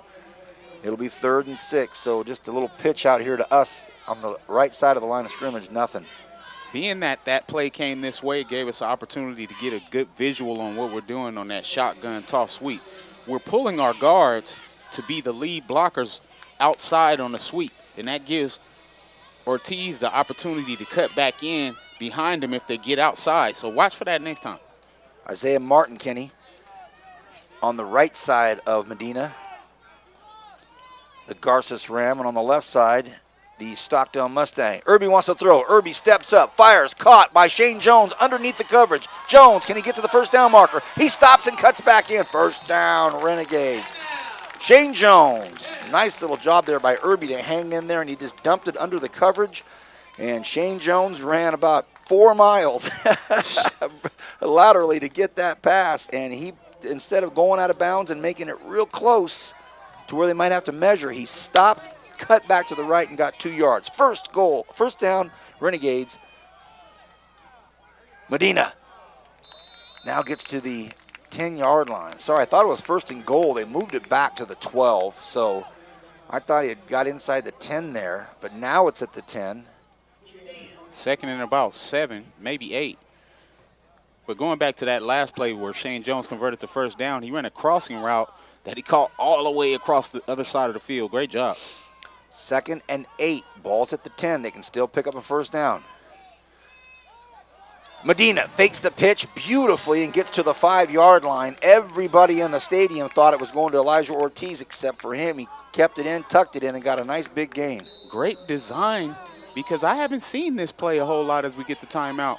So timeout on the field. 33 seconds remain. We have a special halftime. We'll talk to you about that in just a second. But I want to tell you, last night I went to the Garces Centennial game at Garces, and I was saying hi to a few people, and one of the gentlemen that walked by was Gino Valpredo. And Nice. Gino Valpredo came over to say hi to me, and he says, hey, love what you guys are doing on the air. Thank you, Vance. And I said, hey, Luigi's is near and dear to our heart as well, Gino. I asked him how he's doing, and he said, God's blessed us for doing very well. And this is the time of year it starts to get busy. Yes, it does. Luigi's, amongst the world's greatest food, and it's right in Bakersfield. Speaking of food, Top Chef Junior Season 2, we have quite the guest that's going to be joining us. The first segment, it's going to be myself and Kenny wrapping up the first half, what we saw, what we liked, what we didn't like. We'll take a short break, and then we have a very, very special guest from Top Chef Junior. And when you get their printed collateral, there's no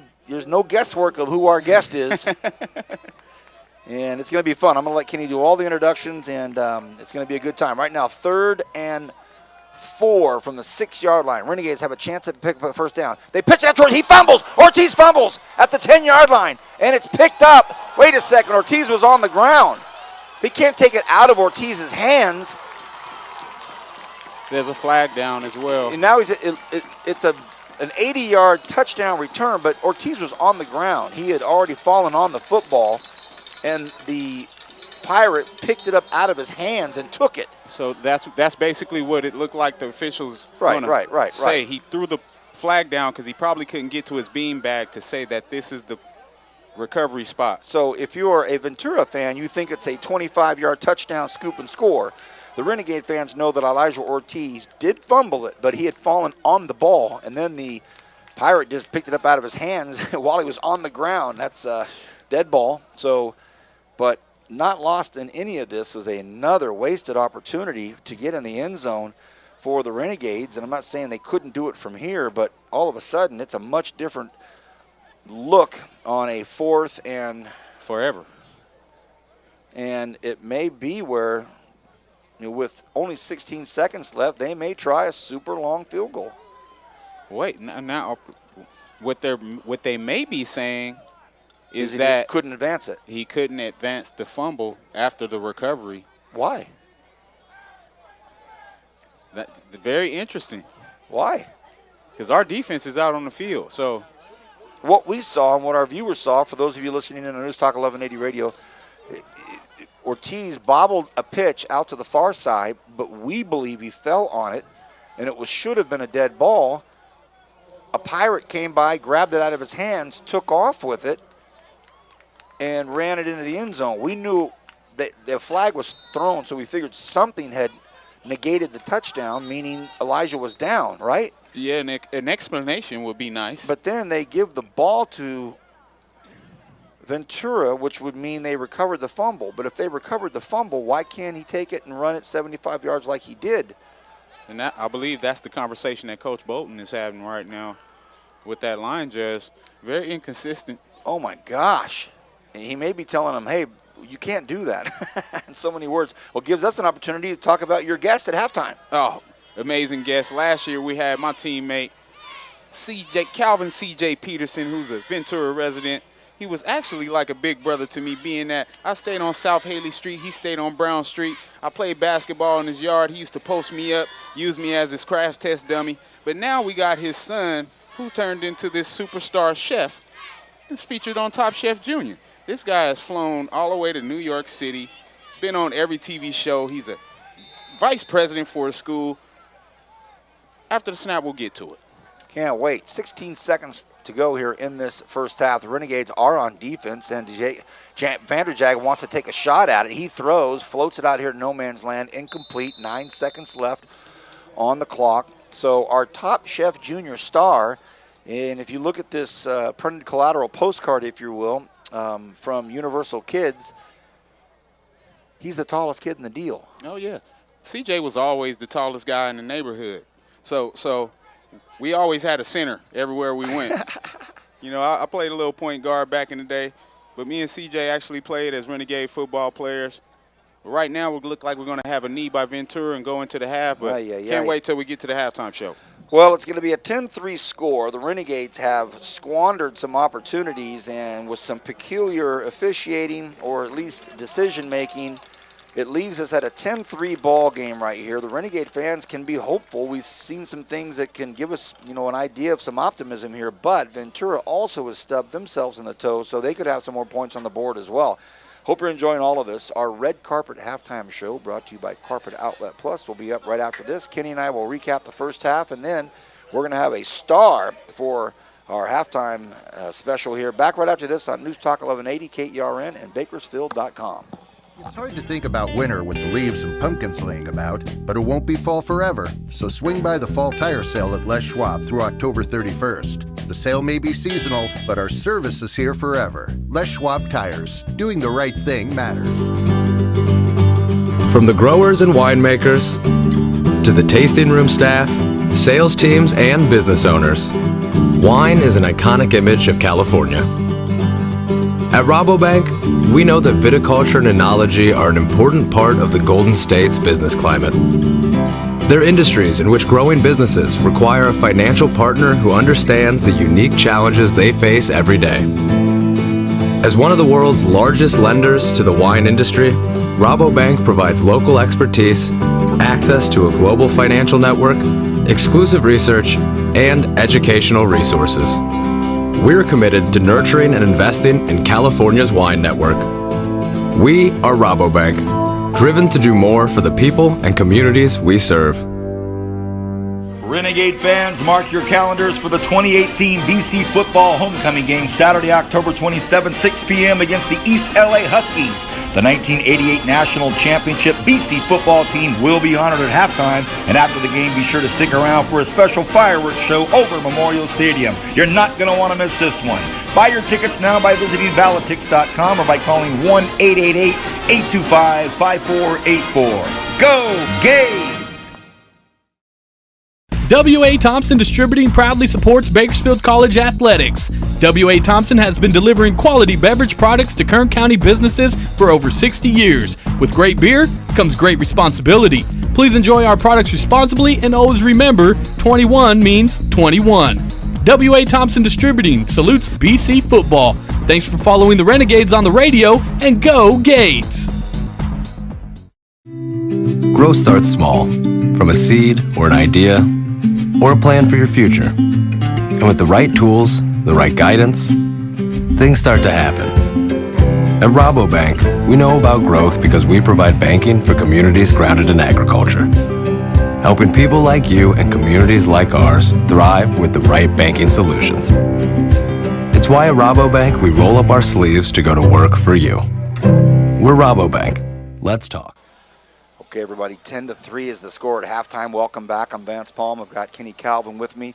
Yes, we have an exciting star that you're going to get to meet at the next segment here, but this is the Red Carpet Halftime Show, and it's brought to you by Carpet Outlet Plus. Our good friends at Carpet Outlet Plus always taking care of us in Kern County, and a name is synonymous with BC football. Thank you.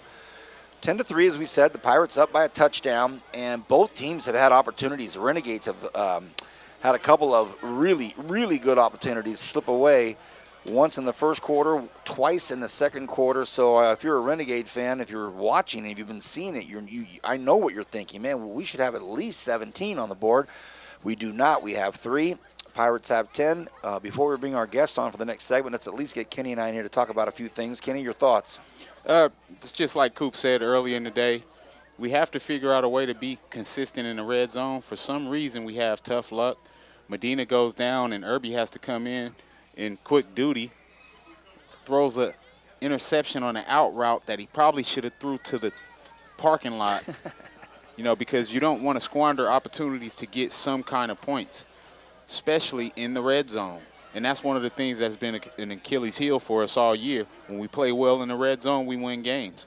When we don't, we usually struggle our way through losses. So it's going to be interesting to see how we come out in the second half and if we're able to take advantage of our red zone opportunities. I can't even really focus on anything else because we've been able to move the football in between the 20s, but when we get down to where it counts, we're not able to put it in. So, VP, I'm just wondering how we can do a good job to convert in the red zone. What a point you just made, that really, if you were to ask me about this first half, I can't think of anything else other than our opportunities that we didn't take advantage of. It's like a half of what we didn't do instead of what we did do.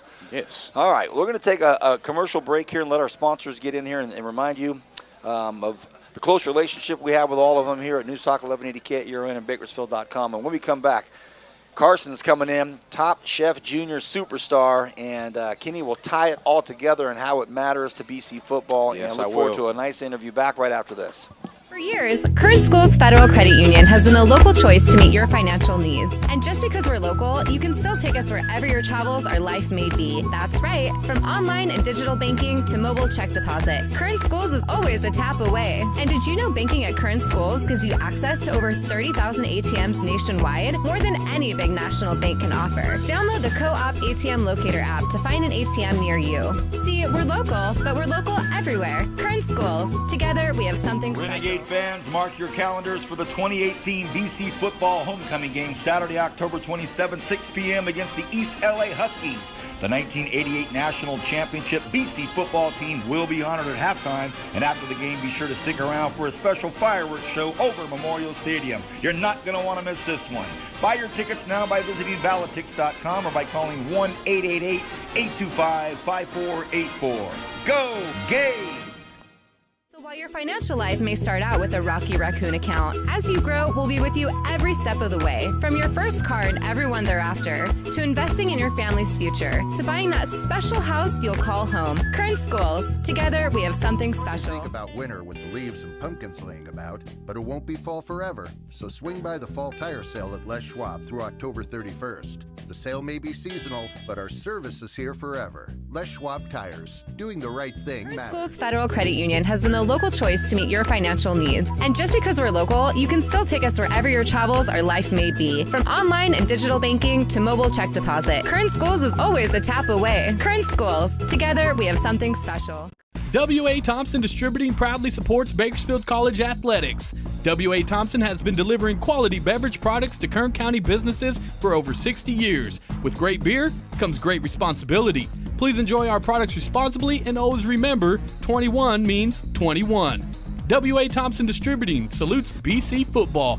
Thanks for following the Renegades on the radio, and go Gades! Schools Federal Credit Union is here to be your lifelong financial partner. So while your financial life may start out with a Rocky Raccoon account, as you grow, we'll be with you every step of the way. From your first car and everyone thereafter, to investing in your family's future, to buying that special house you'll call home, Current Schools is here to help. And if you live in Kern County, then you can bank with us. See, we're local just like you, so what we accomplish together benefits our entire community. Current Schools. Together, we have something special.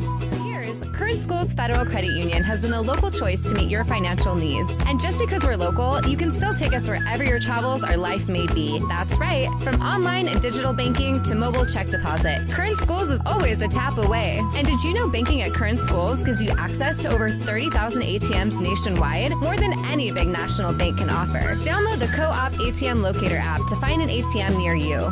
See, we're local, but we're local everywhere.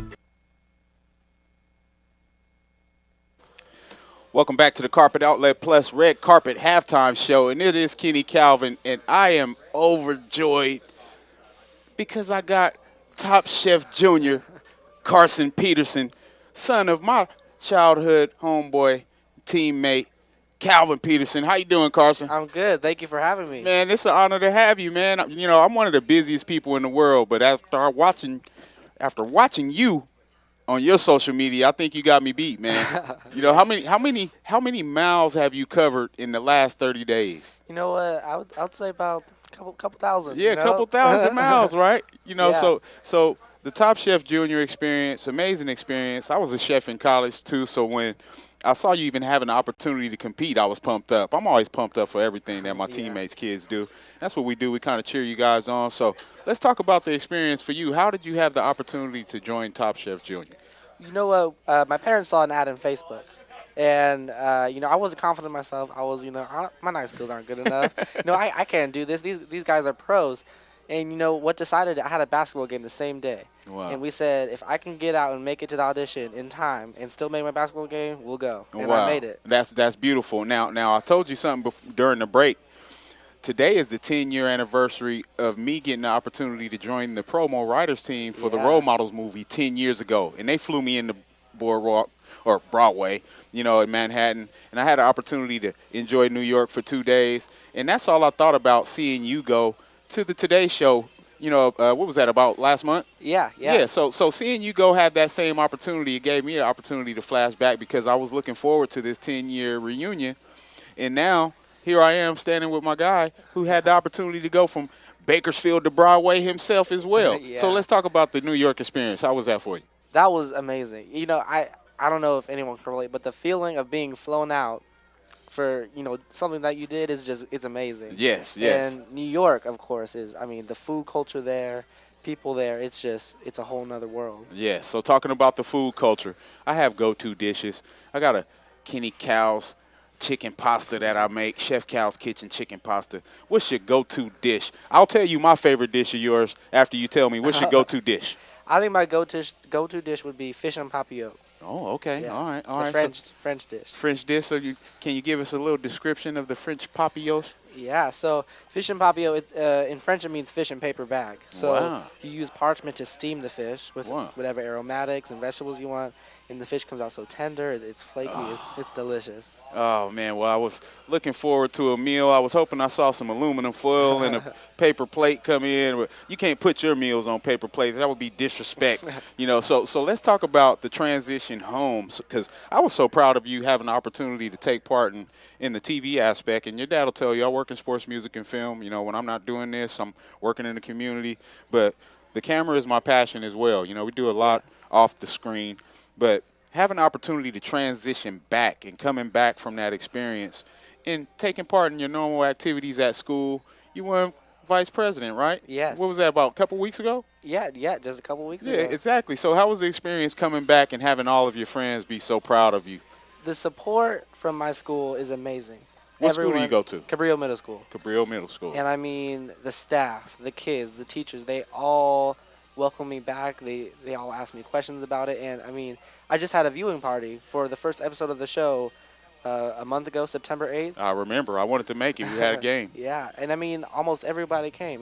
It's really amazing. Well, I got to tell you, man, your dad's one of the most special people in our community. You know, we grew up in a time where people expected you to follow the crowd. Yeah. You know, we grew up in a high violence and volatile area on East Bakersfield. You know, we lost friends to death and violence. Some of our friends just got out of prison this past week.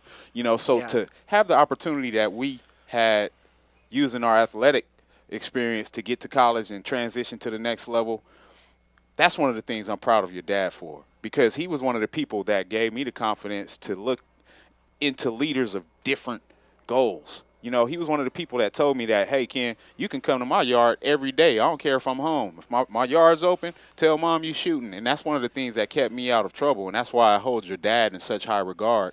But that's also why I'm so proud of you, because if your dad wasn't the kind of guy that made the decisions he made when he was on the fence of going right or left on that pathway of life, you wouldn't be in a position to achieve all the dreams you have. And not leaving out your mom, of course, but one of the things I like to highlight about my teammates is the fact that we are doing this for the next generation. So having the opportunity to see you do everything that you're doing in Top Chef Junior, I'm extremely proud of you, man. Thank you. I'm extremely proud of you. So what's next for Carson? You know what? I'm following my chef dreams. You know, I'm getting internships at Slate in Camarillo. Ooh, beautiful. The French Bakery La Ficelle, Ventura. I'll be shadowing there. So a lot of work being put into, cooking because, that's what I want to do. Absolutely. Well, Carson, I'll tell you this.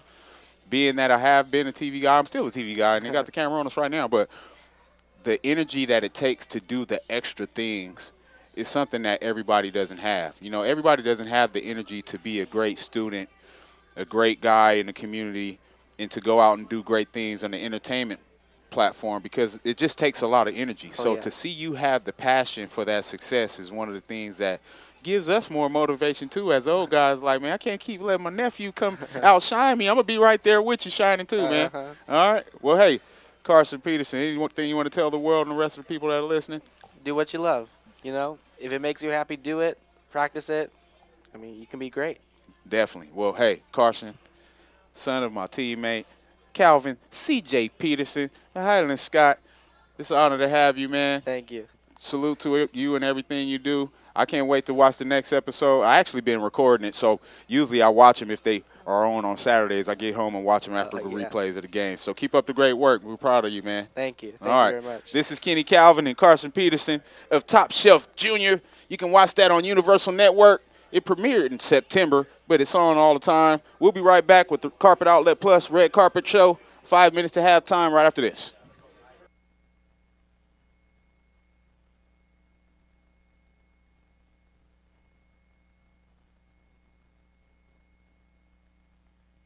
It's hard to think about winter with the leaves and pumpkins laying about, but it won't be fall forever. So swing by the fall tire sale at Les Schwab through October 31st. The sale may be seasonal, but our service is here forever. Les Schwab Tires. Doing the right thing matters. From the growers and winemakers to the tasting room staff, sales teams, and business owners, wine is an iconic image of California. At Rabobank, we know that viticulture and enology are an important part of the Golden State's business climate. They're industries in which growing businesses require a financial partner who understands the unique challenges they face every day. As one of the world's largest lenders to the wine industry, Rabobank provides local expertise, access to a global financial network, exclusive research, and educational resources. We're committed to nurturing and investing in California's wine network. We are Rabobank, driven to do more for the people and communities we serve. Renegade fans, mark your calendars for the 2018 BC football homecoming game Saturday, October 27, 6 p.m. against the East LA Huskies. The 1988 National Championship BC football team will be honored at halftime, and after the game, be sure to stick around for a special fireworks show over Memorial Stadium. You're not going to want to miss this one. Buy your tickets now by visiting Valitix.com or by calling 1-888-825-5484. Go Gays! W.A. Thompson Distributing proudly supports Bakersfield College athletics. W.A. Thompson has been delivering quality beverage products to Kern County businesses for over 60 years. With great beer comes great responsibility. Please enjoy our products responsibly and always remember, 21 means 21. W.A. Thompson Distributing salutes BC football. Thanks for following the Renegades on the radio, and go Gades! Growth starts small, from a seed or an idea or a plan for your future. And with the right tools, the right guidance, things start to happen. At Rabobank, we know about growth because we provide banking for communities grounded in agriculture, helping people like you and communities like ours thrive with the right banking solutions. It's why at Rabobank, we roll up our sleeves to go to work for you. We're Rabobank. Let's talk. Think about winter with the leaves and pumpkins laying about, but it won't be fall forever. So swing by the fall tire sale at Les Schwab through October 31st. The sale may be seasonal, but our service is here forever. Les Schwab Tires. Doing the right. Think about winter with the leaves and pumpkins laying about, but it won't be fall forever. So swing by the fall tire sale at Les Schwab through October 31st. The sale may be seasonal, but our service is here forever. Les Schwab Tires. Doing the right thing. Rabobank delivers banking and financing for businesses grounded in agriculture, helping our customers learn from our knowledge, utilize our resources, and connect with our networks. It's all part of providing the right financial solutions at the right time. Because you work the land, we work for you. We're Rabobank. Let's talk.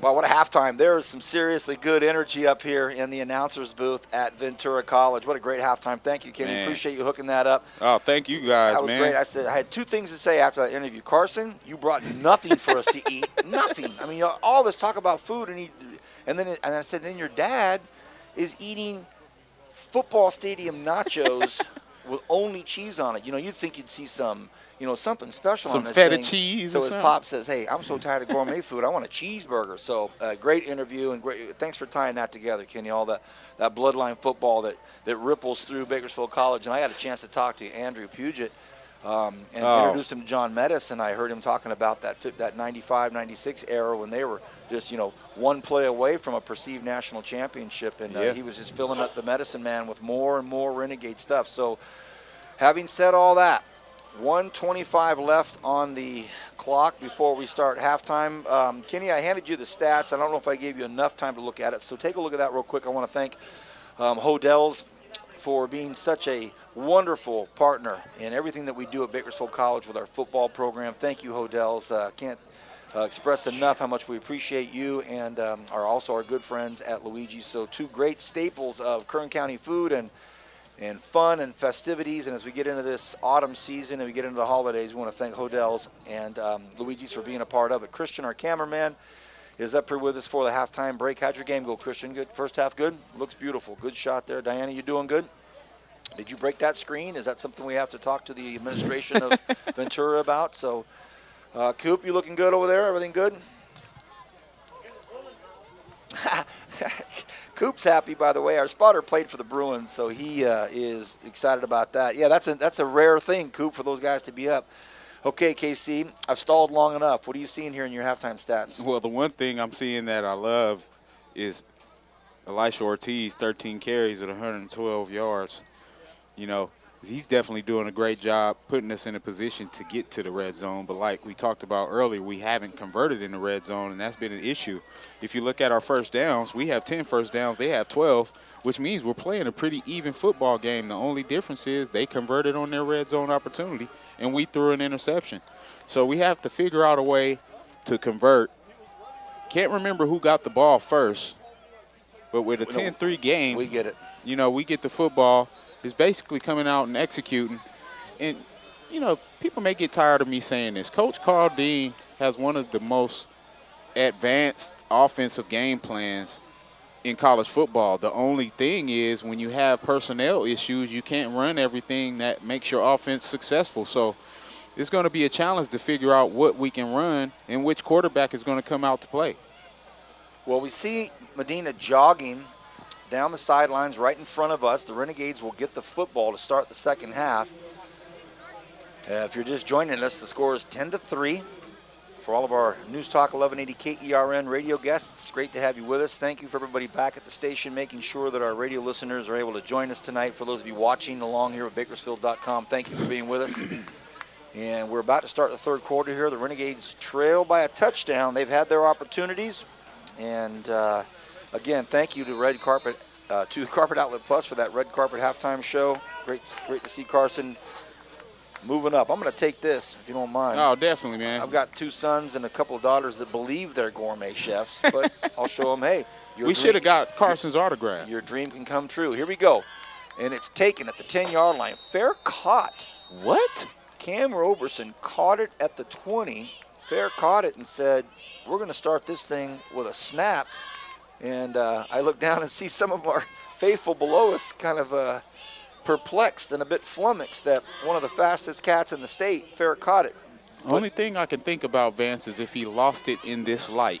Because as you see the angle that he caught it on the 10. And if you're looking straight up, may have been an issue with him fielding it correctly. Good point. Good point. Well, it'll be. That's very interesting Ball's because on he the fair 25. caught it around the 15, yet the ball's brought to the 25. There's possibly a new rule that you and I might not be aware of. Yes. Ortiz will take this first carry and try to stretch it out to the far left side. Gets maybe a yard. Once again, welcome back, everybody. We just started the third quarter, the first play of the third quarter. Renegades lead 10-3. My partner, Kenny Calvin, Well, I'll tell you what, Vince. You got to admire the heart of Medina. You know he's hurt. He's been limping up and down the sideline last few drives. And he's coming out after the half as our starter again. He's got his teammates that love him and support him, and he wants to be a part of it. So he's got Ortiz now back on his right hip. 10 on the play clock. Medina takes the snap, throws, and he connects out here to Cam Roberson, and Roberson makes the catch at the 33-yard line. So,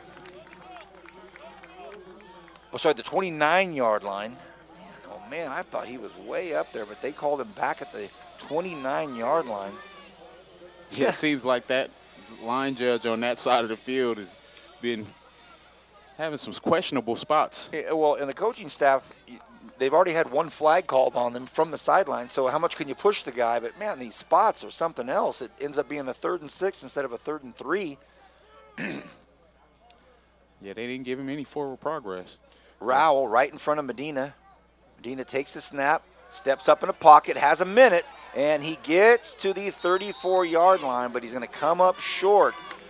And it's going to be 4th and about 2, so that is – and Ortiz looking at the coaching staff saying, let's go for it, let's go for it.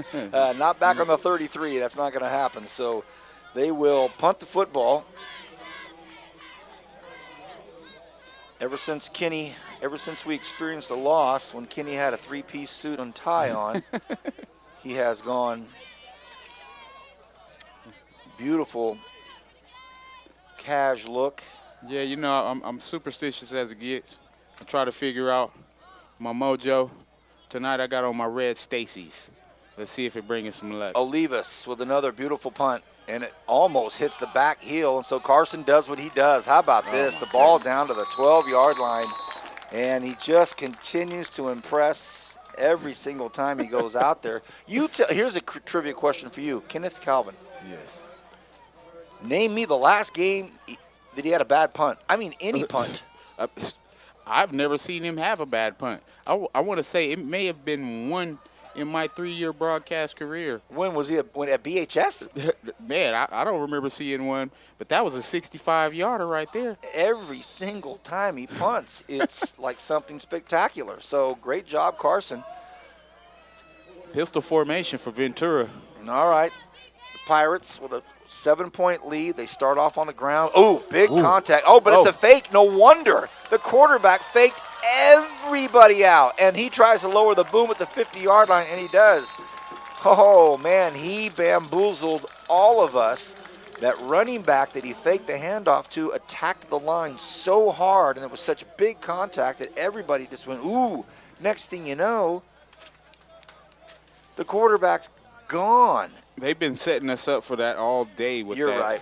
You're right. Read option dive. Great call. Brock Doman starts off the 3rd quarter just as he did the 1st quarter, and that was a 40-yard jaunt down the football field. Now he wants to throw. He rolls to his left, fires one out here. It's caught, and it'll be – and we got a flag. Yeah, they're going to say roughing the passer. I disagree. I know I'm sounding like I disagree with the refs all the time tonight, but he had thrown that ball, and all he got was a shove, and – oh, boy. Now, all of a sudden, after the roughing the passer call, Ventura has a 1st and 10 from the Renegade 29-yard line. So they started on the 12-yard line 2 plays ago, and it's already 1st and 10 inside the 30-yard line of the Renegades. Ay. Dolman's the quarterback. He hands it off. Great pursuit out there by Simpkins. Oh, that's a big-time play right there. You're talking about Gil Scott Jackson, 5'10", 200. He's their speedster, and he was run down by Jalen Simpkins, 6'1", 220. Amazing job by Jalen. If you're a college scout and you're watching that right now, you're saying, I got to get JS on my squad. Well, he's not leading the team in tackles for nothing, and it's usually hard for defensive line guys to lead the team in tackles. It's usually the linebacker's job, but that lets you know how this guy flies around. The West High Vikings. Well, he is the inside linebacker. He's our middle linebacker. Our director-producer is investigating the announcer's booth with her iPhone. Everything okay? Okay, we had a banged up Gil Scott Jackson on that play. Simpkins not only tracked him down, wrapped him up and threw him down, but bruised up his ankle, so a loss of 5. And Ventura looks like they want to throw. They do, and they throw out here to the big guy. Nothing doing there. So Doman passes out here to Hayden Neese, and that is not where Neese is the most dangerous. Neese is dangerous when they hand it off between the tackles and he runs over guys. They tried to send one out here to him and didn't work. The Renegade defense has done a great job in the red zone themselves, even though Ventura isn't in the red zone. 3rd and 14. Doman drops back, wants to throw. He's in trouble. Flushed out of the pocket, throws it across the middle, and it's a big completion. Don't know if it's enough for a first down. Oh, man, the Renegades had him. They had Doman in their claws. He got out, and as he was going down, he throws a really nice pass right into the interior of the defense, and it's going to bring up 4th and inches. Yeah, and it's so funny seeing the spot of these balls. Oh, gosh. They seem to get very generous on us. Hey, look, if you're watching this on Bakersfield.com, you're able to agree with us and say, wait a minute, he went down like at the 24. And so it should be, 4th and inches, but they're bringing out the measurement crew, and I would bet the ranch this is going to be a first down.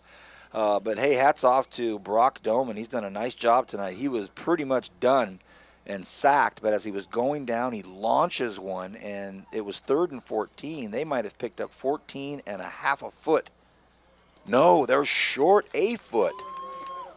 And this will be very interesting to see if they'll go for it. They're going for it. Because if they do and we get them stopped, I can't see Coach Mushagian not going for it with the 6'3", 230-pound running back.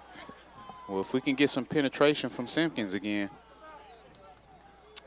Okay, let's see. Don't jump, D-line. Yeah, let's see if Doman goes for the hard count. It's 4th and 1 at the Renegade 19-yard line. 10:42 to go in this 3rd quarter. And he's going to pick it up. The quarterback just keeps it and goes behind that big line and gets the first down. And that applause you're hearing is from the Ventura faithful down to the left. Interesting call. Shotgun dive on a 4th and short. Nonetheless, they convert. And now they give it to Neese, and Neese does what he does. He picks up 5 big yards down to about the 13-yard line. So what started off with another fantastic Carson Olivas punt to pin him back to the 12-yard line, a quarterback keeper on a great fake for 50 yards. And then a roughing the passer call, and next thing you know, here comes a 2nd and 6 from the 13. Doman. Read option. They hand it to the big guy. Will he get in? And he finally gets stopped down at about the 2-yard line. It's going to be 1st and goal, Vance. Simpkins with a big tackle as well as Harrington in there. But, yeah, the oft-mentioned Hayden Neese with a strong run to this left pylon. 1st and goal. Yeah, Neese has done an interesting job running the football tonight. Haven't looked at his numbers yet, but he's at about 80 to 85 yards on about 12 to 13 carries. And now they have 1st and goal from the 3-yard line. Doman takes the snap, and it is, of course, Hayden Neese. Touchdown, Ventura. So they just take a couple of nice breaks, hand it to them, and pound that football in. And the one pass play of the whole drive is the one where the quarterback was basically almost sacked, and he flung it 14 yards or just shy of 14 yards, and it put him in a 4th and inches. They pick it up and a touchdown. And I was just about to say football is a game of inches. We were inches away from getting that sack before that pass was completed. Here's the PAT. It's down, it's up, and it is through. We will take a short break. 17-3 now is the score. We will be back right after this on Bakersfield.com. Rabobank delivers banking and financing for businesses grounded in agriculture. helping our customers learn from our knowledge, utilize our resources, and connect with our networks. It's all part of providing the right financial solutions at the right time. Because you work the land, we work for you. We're Rabobank. Let's talk. It's hard to think about winter with the leaves and pumpkins laying about, but it won't be fall forever. So swing by the fall tire sale at Les Schwab through October 31st. The sale may be seasonal, but our service is here forever. Les Schwab Tires. Doing the right thing matters. It's hard to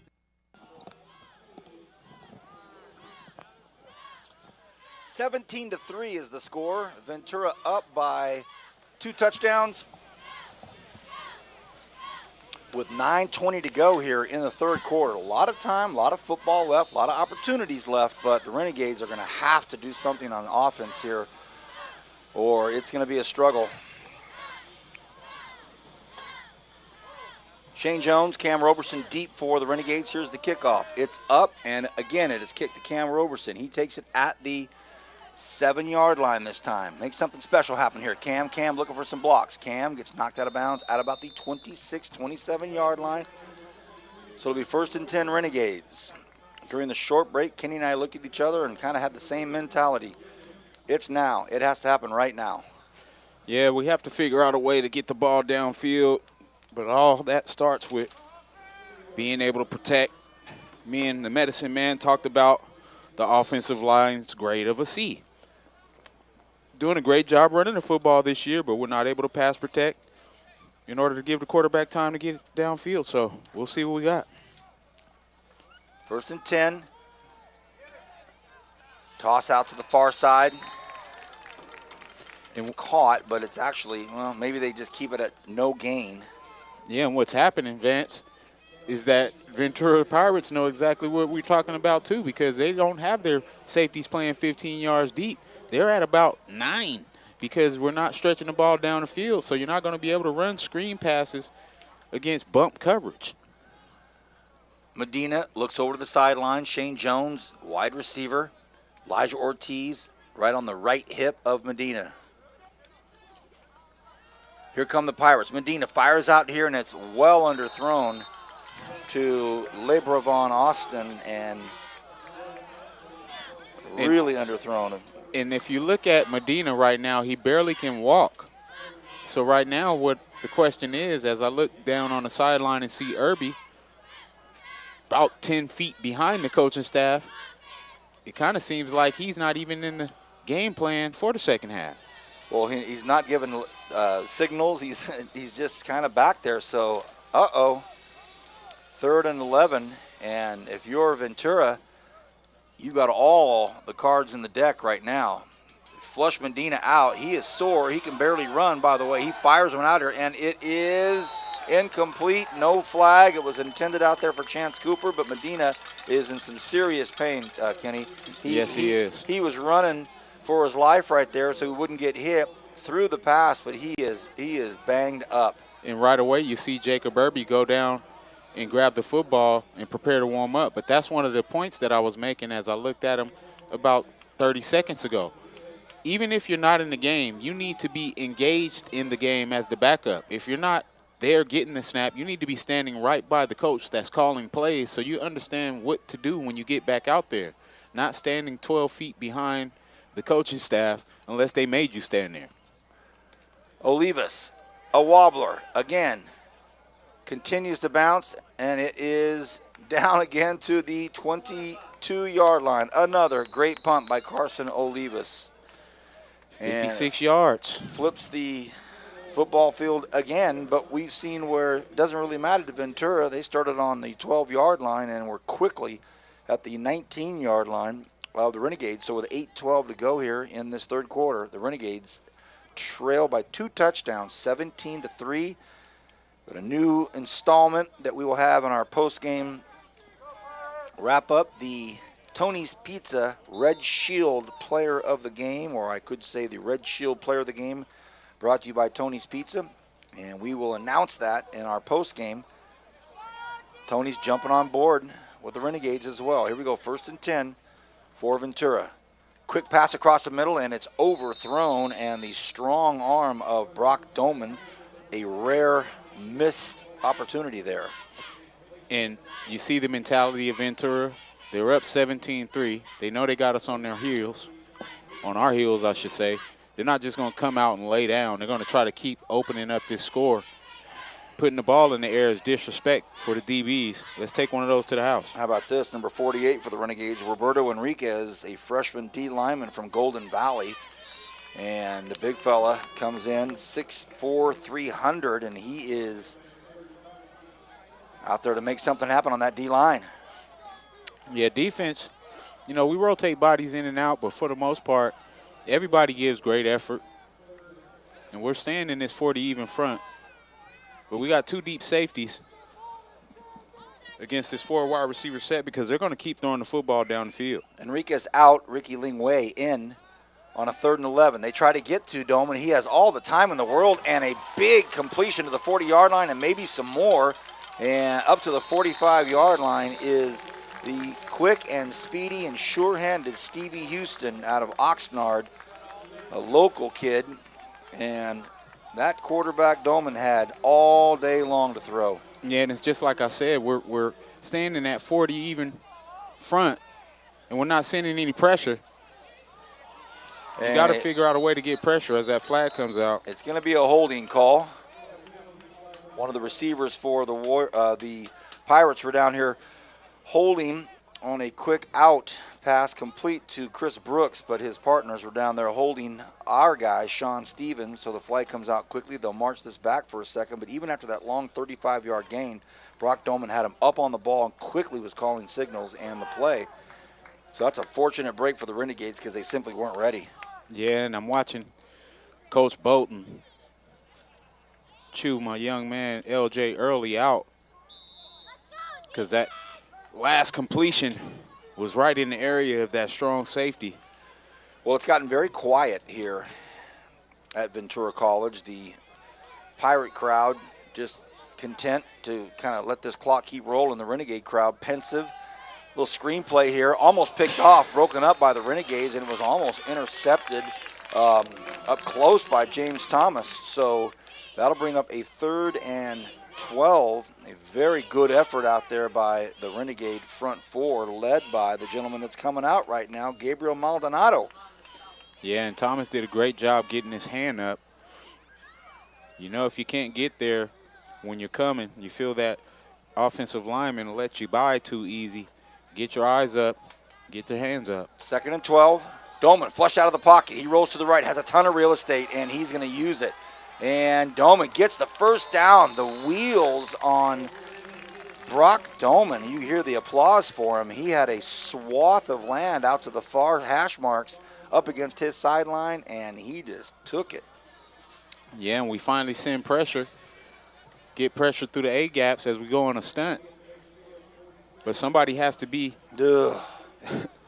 protecting the outside. First down, Pirates from the Renegade 44. That was a huge, huge gain.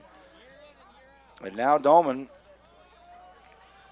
handoff over here to the near side. They hand the ball off to Jackson, and Jackson plows ahead for 5 yards. For those of you that have never been here to the stadium, it's a beautiful setting, of course. The ocean just off about 2 miles. You can see the water and the sunshine right before it goes down to see this beautiful setting we have.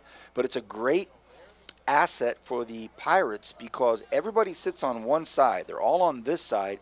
They play on the other side. There's zero distractions. There's nothing behind them. They have just their own world over there. They don't deal with the fans, nothing. How about this long pass down the sidelines? And is it? No, not picked off. Could have been, but it's certainly knocked down by our Renegades. A dangerous pass out there, but nice job by Justin Harrington to break that up. I'm going to tell you why it wasn't an interception, because he wasn't playing the football. Right. He was beat 3 steps, and he was just trying to make sure he got back to play the wrist. Almost was pass interference because he didn't play the ball. I was looking for the flag. Honestly, I thought they were going to call it. 3rd and 6 now, 3rd and 6. The ball's at the Renegade 40. The score is 17-3. Ventura leads by 2 touchdowns, 5:52 to go here in the 3rd. Starting to get pretty tense here. They give it to the big guy. He rushes up, makes 1 cut, 2 cuts, still on his feet. Are you kidding me? Hayden Neese. This is the 6'3", 230 guy I've been telling you about. And this special young man here. What's interesting, I don't know if he had 20 carries coming into tonight's game when I was looking at numbers of their running backs. Quickly on the ball, they give it right back to him again. This time, just too much traffic on the left side, so the damage has been done, though, on this drive. The ball's now on the 18-yard line of Bakersfield College. Oh, I stand corrected. He had 45 carries for 292 yards coming into this game. And I want to say he has 100 yards rushing tonight already. No question. No question. We're at the 5-minute mark here in 3 seconds. That's in the third quarter. A pass to the near pylon. It's up, and it's almost caught. That was almost a highlight reel touchdown catch on the near pylon. But a flag is down, and it's right at the line of scrimmage, and it's going to be a holding on Ventura. And the Renegades will take that with 4:56 to go in the third. Ooh, that was close to being a touchdown pass, but nevertheless, it would have been a moot point with the holding call. So they'll march it back, and it'll be placed at the 33-yard line of the Renegades. One of the things I always talk about in games like this when you're down and it's getting late is who is going to play with pride? Who on the defensive side of the ball still has the heart to think that they can make one play to change this game? Because really, that's all it takes. And it could. You're absolutely right, change the game. Here's Duhlman. He flushed out of the pocket again, and he throws. This time he connects again, and it's a big toss up to about the 17-yard line. And Doman able to make that connection again with Stevie Houston. So just when we keep thinking we have them, they figure out another way to get some more yards, and that was a big chunk. It'll make it 3rd and 8 now. 3rd and 8 from the Renegades' 16-yard line. Huge third down conversion attempt. Gil Scott Jackson is the lone back there with Doman. Doman wants to throw, steps up, fires across the middle, and it's almost intercepted. It bounced right out of his hands, and the Ventura coaching staff is one booth over from us, and they're kind of just laughing in sarcasm like that was a touchdown, and it hit him right in the numbers. Right in the breadbasket. Dropped, and so now it will be another field goal attempt for Ventura to add to their 17-3 lead, and that was a sure touchdown if he makes the catch. Well, this kicker has missed one, barely made the second. We got to get some pressure off the edge. I don't see guys coming off the edge like we used to. 32-yarder from the far right hash. He'll have to hook it a little left. It's up, and does he? He does. It's in. It's good. With 4:12 remaining here in the third quarter, it's a 20-3 lead for the Ventura College Pirates. We'll be right back on Bakersfield.com.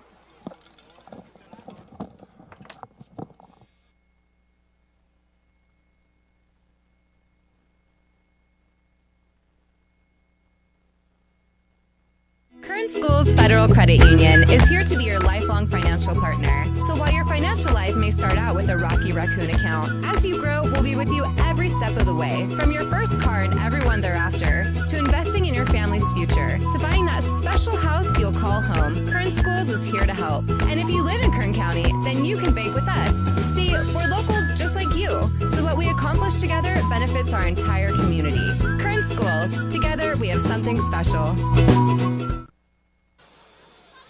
20-3 the score for you Renegade fans. It's not good for us. We're down 17 with 4:12 remaining here in the third quarter. Vance Palm alongside Kenny Calvin. And it's a kickoff, and the Renegades will take it. Cam Roberson's going to take it on the 9-yard line. Looking for some gaps, looking for some seams. Cam's got his speed, cuts back up against the grain. And look at Cam go to the 50, to the 45, to the 42.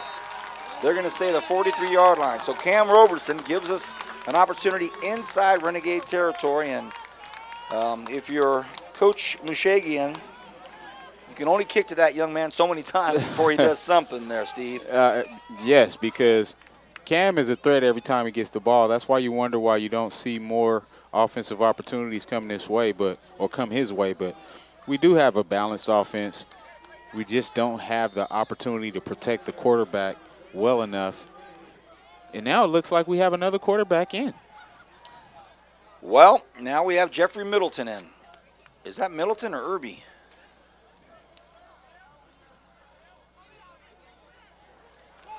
We'll get a number shortly for you. That may be Josh Moran. It is. It's Josh Moran, the Bakersfield High School driller whose younger brother is playing quarterback for BCHS. So now Josh Moran, the 6-foot, 190-pound freshman, is in the game. So, hey, works for me. When in doubt, put a driller on the field.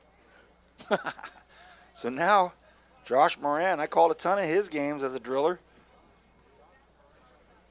He stands at the 50. One thing you know about a driller football player is they're going to come out and get their best effort. He fakes the handoff, keeps it again, and gets it to the 39-yard line, so it'll be 3rd and 4. And we look down and see Irby, who's standing with his helmet kind of on his head, and he is not getting the call to come in here. So we've seen Medina, we've seen Irby, now we see Moran. I would even like to see Shane Jones back in the Wildcat. Bless you, Kenny. Thank you all right? I need all the blessings. Moran hands it off to Jones. Jones cuts back up against the grain. He gets wrapped up at the 39. No gain, probably. 4-down territory now, though, Vance. That was a 3rd and 4, and we will see about that, Kenny. We will see about that. Elijah Ortiz now telling the coaching staff, let's go for it. Come on, coach. He is. I mean, your season hangs in the balance right here. It sure does. 2:22 left in the 3rd quarter. Our spotter, Coop, concurring with Calvin. Yeah, you can't keep kicking it back to a team like Ventura, and you're not able to get any offensive opportunities. So here we go. Elijah Ortiz on the right hip and Isaiah Martin on the left hip of Josh Moran. Moran takes the snap, wants to throw, I guess. Fires one up down the far side, and look at this. It's caught. Elijah Ortiz, he's going to get in the end zone. It's a touchdown. Boom. And I'm going to just say this. And there's Moran running down to greet his teammates. How I'm about going to say this, Vance. There was a little bit of movement on the snap by our offensive receivers on the top. 2 moving at the same time. We got lucky getting that play off. Keep it down. Keep it down. You never know. You never know. Touchdown, no. Renegades. Boom. Now the quarterback that threw that toss is the holder. Moran. And here is the PAT by DeJager. This one is beautiful. Up, long, and good. 20-10. The Renegade faithful below us up and excited. A beautiful touchdown pass by Josh Moran to Elijah Ortiz. Kenny, I'm a little surprised that Elijah Ortiz was that open. Great design. Describe that play. Well, we talked about Coach Dean's offensive package. Once you have to spread it out and get guys down the field. Great job by Ortiz, who was in the backfield running the wheel route after the 2 inside receivers cleared. And basically what you're doing, you're hoping that he can just beat that outside backer to the spot, and that's exactly what he did. Great design by Coach Dean, but I'm not surprised. Touchdown, Renegades. How about the run after the catch by Ortiz, though?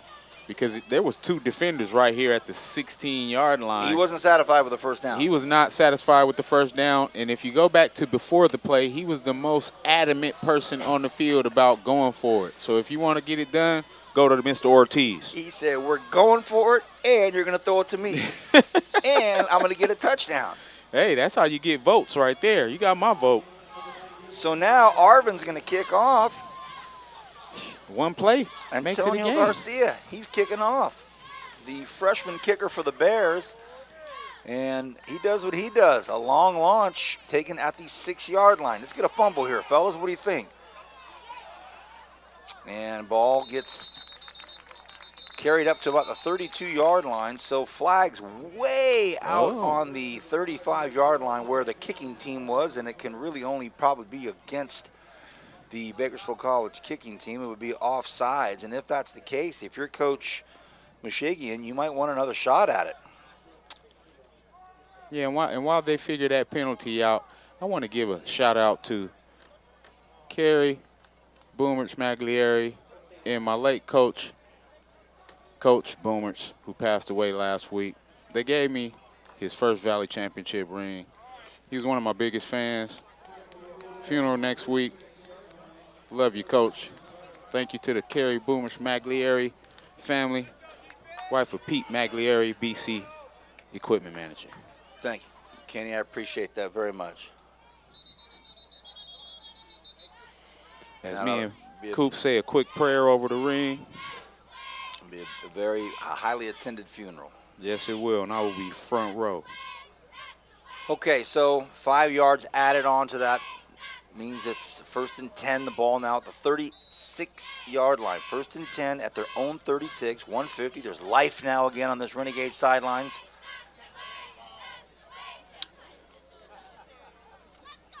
Here's the first start here, and the defense for the Renegades doing exactly. Whoa, flag's we got a coming late up flag. there. Flag, and I think it may be on Ventura. That's going to be interesting. That was very late. Well, it involved Abdil Richards out on the far side, up by the sidelines of Ventura, and the receivers and the DBs are going at it, and it was Alston Levon, and let's see Wow, what it's this on called. the defense. Oh, they called it an Abdil. Personal foul, contact to the head by Abdil Richards. Boy. Wow. And they're going to move that ball, and I saw the flag come up, and I looked over, and I saw Abdil, and I saw Levane Alston kind of going after it.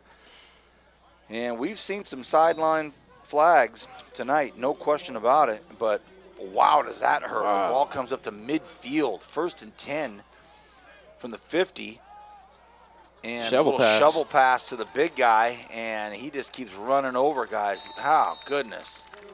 They shovel it up to Hayden Neese, and he just follows one guy and runs over 3 Renegades. Well, I want to go back to Abdil Richards because we talked about him being targeted by offenses.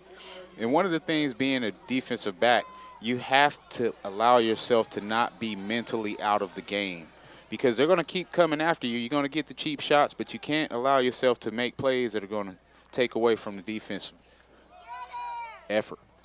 Another run play by Neese, and he gets a couple of yards. Nice tackle out there. Good job by Holden Williams in on the tackle, as well as Ling Wei. And I do want to say, I know if you're listening a lot, you may think I'm picking on Abdil Richards, but being a former defensive back, I have different expectations for my secondary, and I expect the best out of them, and that's all we're doing. 2nd and 10. Doman still quarterbacking now. He's been the dominant quarterback in the second half. They hand the ball off right up the middle, and this is Gil Scott Jackson. And he plows ahead for a few yards, and that should bring up a 3rd and 5. 3rd and 6, they say. This is as big of a third down as the Renegades will see tonight with 13 seconds remaining in this third quarter. It looks like the Pirates are going to go ahead and take the snap. They do.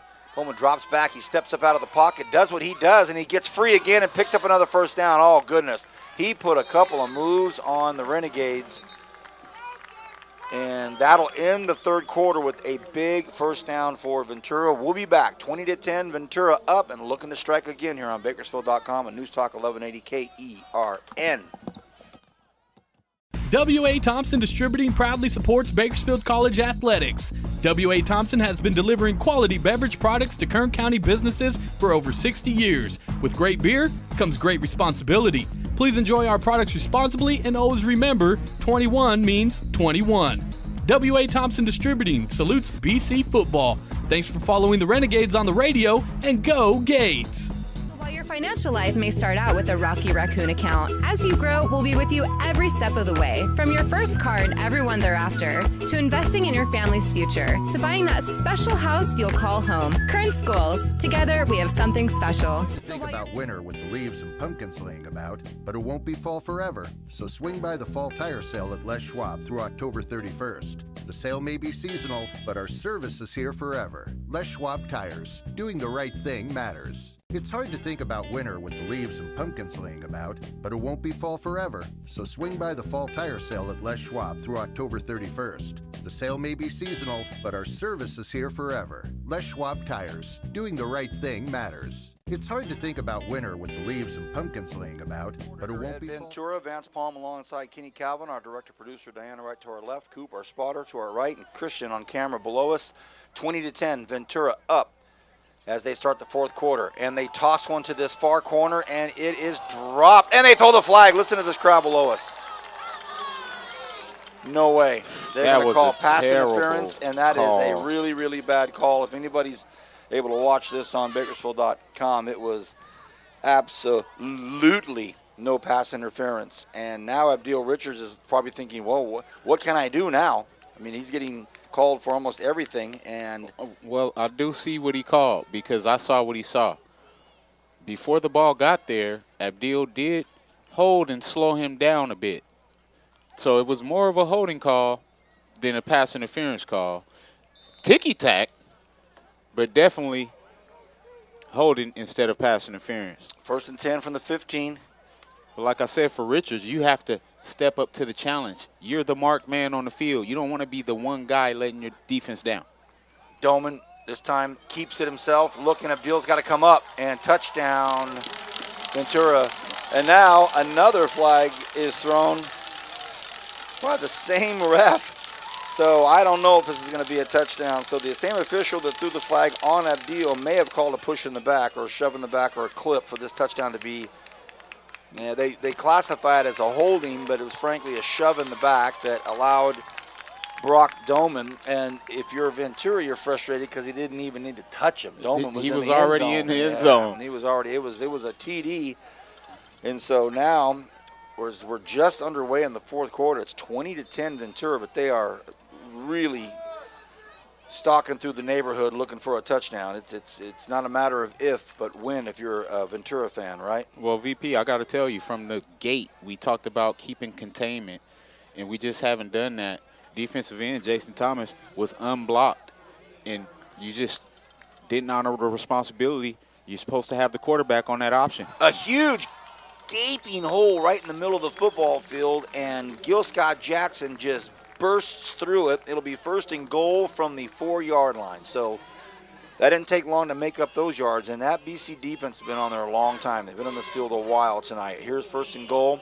It's a run play, and nice job. The Renegades step up and stop it for no gain, maybe even a loss of the yard. So nice job out there by Ricky Langway, and some other nice pursuit on that tackle there by James Thomas. So Vance, we got 14 minutes left in this football game. If you try to play with some passion and honor your assignments, you may be able to fight your way back into it. But football is an assignment-based job. Everybody has to do their job. One person not doing a job takes it away. 2nd and goal from the 6, and an incomplete pass out to the left side. It looked like Doman had 2 receivers to choose from, and I believe he wanted one of them to make a route towards the pylon, but they both just kept coming in, and the ball went right to the pylon. And so now it brings up a 3rd and 6. And guess who's coming back in? Number 32, Nice.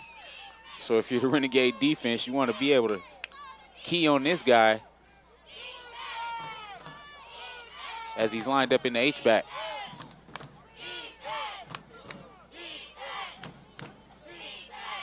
Right now, shotgun double set. And they're going to dive option. Big hit. Huge hit. They faked the ball to Gil Scott Jackson. Hayden Neeson was not in on that play, so they faked it to Gil Scott Jackson. And I lost the ball there. I couldn't tell. Well, Doman kept it himself and probably wishes he did not because he took a huge hit. Great job by the defense stepping up. It's just like we talked about. There's still a lot of football left to be played. You want to figure out how to stop these guys and keep them from getting into the end zone. You're so right. That's a huge stop. So it'll be 4th and goal from the 9. And here comes the field goal unit on for the Pirates. Watch that fake. Look out. They ran it on us last year. This is up, and it's good. So 23-10, 13-point lead. But The upside is the Renegades make a hold there. Hey, we want to thank our good friends at Luigi's Italian Restaurant and Delicatessen. I told everybody last night I bumped into Gino at the Garces game. We talked for a few minutes, and he's as grateful for the Kern County customer base that he serves as he is gracious when he takes compliments about all that he and his family are able to do there. He was a great Renegade himself. So thank you to Luigi's Restaurant and Delicatessen, and of course our good friends at Hodell's. Well, I was driving home the other day. Hey, it was like a Saturday. I think it was Saturday, or I can't remember what day it was, but it was like, noon. And I could just hear it peel off. Peel off. Vance, pull in here and get some peel off. I was so close. Tomorrow it's got to happen. Hodell's Fine Dining. That was a busy place. It was on a Sunday. It was there was a lot of people there. So yeah, good luck getting a seat in there on a Sunday. Okay, here we go. 23-10, Renegades trail by less than 2 TDs. It's a high kick, and it's going to be taken by Shane Jones, taken at the 5-yard line. The BHS driller looking for something. Shane cuts out, gets back up to the 30-yard line. Nice run. Good job. And Shane Jones carries it up to about the 31, so the Renegades have the ball right below us. They couldn't be more spot on than where our crew is up here in the booth at about the 32, 33-yard lines where we're at. Oh, no, the ball's going to be come on. Oh, my gosh. Well, we haven't got good spots all night, man. What did you expect? Hey, my man, when you're calling the game and you're right over where it goes. Yeah, that's the toughest thing. That cat tried to mark it back like 2 yards. No dice. They do get it back to the 31, and it'll be 1st and 10. Okay, quarterbacking for the Renegades. Josh Moran, a freshman from BHS, hands the ball off to Ortiz. Ortiz doing a lot of work to get a couple yards, and good job out there by Shane Jones. I think he thought he had a big crackback block ahead of him, but he said, nah, let me hold up here with these refs. Man, you got some good antennas, because I thought he was about to knock his lights out. I think Shane's just great thinking, discipline. Shane may be thinking, not tonight, especially after one of my coaches got dinged. If I lay some cat out right here, we never know what's going to happen. But it was a nice job there, 4-yard gain. Moran takes a good look over at the sidelines. He's getting the plays called in by Jeffrey Middleton, another backup quarterback, giving Moran. So it's kind of just a troop effort here on a 2nd and 6 for the Renegades. Moran wants to throw again, has a pocket, steps up, throws, flings it, and it's caught again by Cam Roberson at the 40. Cam breaks to the 37-yard line. So Moran is 2 for 2, and both of them have been highly successful. One was a TD, and that was a 40-yard pass to Cam Roberson, and the DB that covered him's down. And while we have a Ventura player down, let's talk about how much better it is to have Moran in the game right now. He's a guy who's been in training camp from day one. No matter how good the other guys are, they don't know the playbook to be able to sustain drives. So having Moran in there, you have a guy who's been in the locker room all summer. Even though he wasn't one of the 2nd or 3rd guys, he knows the system. He knows where to put the ball. All he has to do is have an opportunity, and they finally give him one. And Kenny played quarterback at Bakersfield High School with that timed offense, that offense that's on rhythm, yes, with a cadence. That option offense. And he's not afraid to stand in there and take a hit either. He stepped up in that pocket and just flung it down there. He just spun it right over to Cam, and Cam was one move away from breaking that and getting it into the end zone. So now all of a sudden you're the Ventura crowd going, whoa, wait a minute. Their starting quarterback's not in. Their backup quarterback, the tall kid that can throw, he's not in. Who's this guy? Oh, he's the holder on the PATs and field goals. What? Playing fantastic so far.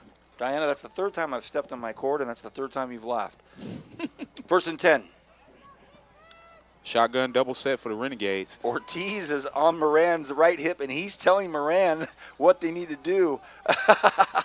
And it didn't work out very well because Moran and Ortiz were having a quick little discussion about things right before the snap, and that lost 4 or 5 yards. And I'm not laughing at anyone as much as I was saying you could see Elijah telling Josh this is what's going to happen. And right after I say that, Moran knows what to do.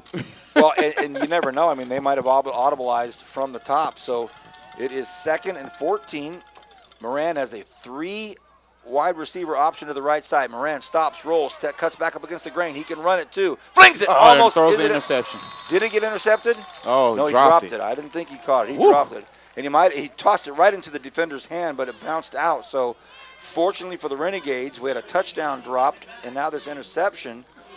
So Moran got out of trouble, and I thought he was going to run. He tucked it in, then he pulled it back out and tossed it, and it went right off the chest of Callie Jackson. 3rd and about 15. Trips open set. Ortiz on the left hip of Moran. Moran takes the snap. They're coming at him. It's a screen play. It's perfectly called, but Ortiz can't get out of the way. Ay, ay, ay. And it was a good play call. And it really would have worked. Too much traffic over here on this near side. And Ortiz bumped into one of his linemen, and he never was able to get rolling after that. So a little bit of flurry of exciting activity there, but it's come to a standstill, and Carson Olivas will come out to punt. Yeah, just a heck of a job by their defense. Their outside linebackers have done a great job keeping containment for the most part. The long runs that Elijah Ortiz have been breaking back inside after that containment has been held. So let's see if we can get one inside the 10. Hopefully we can get a muffin stuff. Moran, and fair caught at about the 12-yard line. I thought the Renegades might be called for not giving them enough room. They did. They threw the flag? Yep. Oh, no.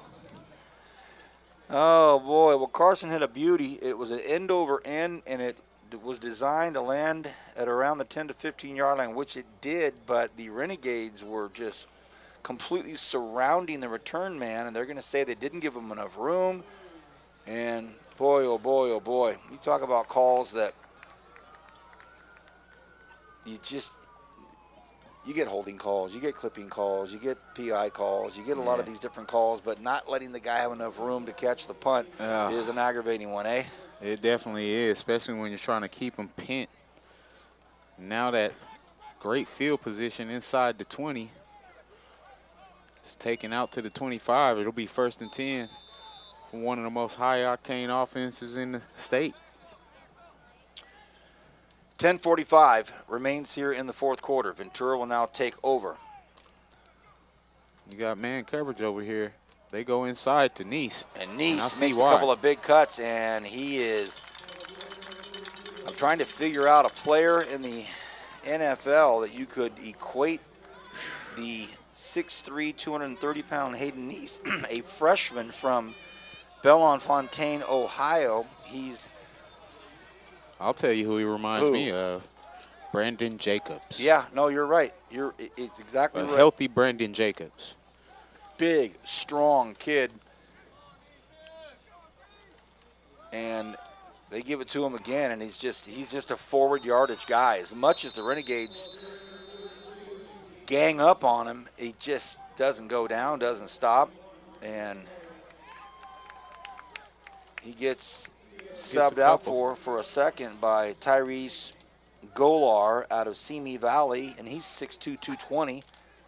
Goodness, these are some big, big running backs. Yeah, big running backs, big offensive line, big receivers. Coop said they have 30 out-of-state guys. A lot of D1 kickbacks. Nonetheless, we're 2 scores into this game. The way our defense has been scoring, all we need is one play to be made. 2nd and 8, and that helps. A dropped pass by Keontae Holiday. That was right in his hands. I mean, it just went right through his fingertips. So we've seen some of this tonight. We've got a Renegade slow to get up, and that's Ling Wei. And as we have the injury timeout, one of the things I was alluding to, Vance, is the fact that our defense scored 3 times last week or a couple weeks ago. We definitely have the capability of making plays on the defensive side of the ball to get us back into the game. But it takes that intensity by all 11 guys. One guy walking around with his head down because you're down 2 touchdowns can affect the whole team. You got 9:32 left to play. 13 points isn't a far-fetched to come back, guys. Ricky Ling Wei being escorted off the field by the training staff for Bakersfield College. And it is a 3rd and 8. Low snap. Doman's able to get it up, throw it, and it is almost picked off. Incomplete.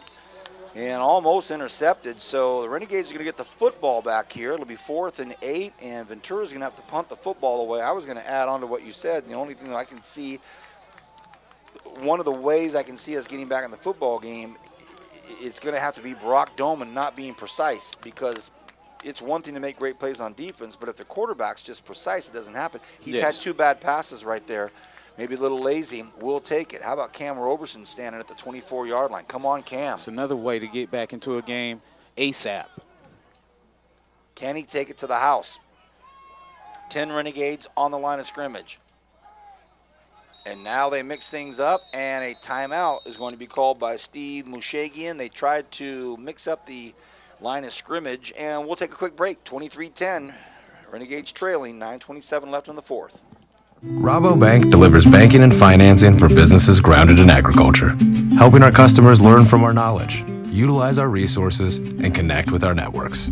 It's all part of providing the right financial solutions at the right time. Because you work the land, we work for you. We're Rabobank. Let's talk. Running your business is hard work, but with the right tools and guidance, we can make it easier. At Rabobank, we deliver smart banking and lending solutions for local businesses, and we're always ready to roll up our sleeves and work for you.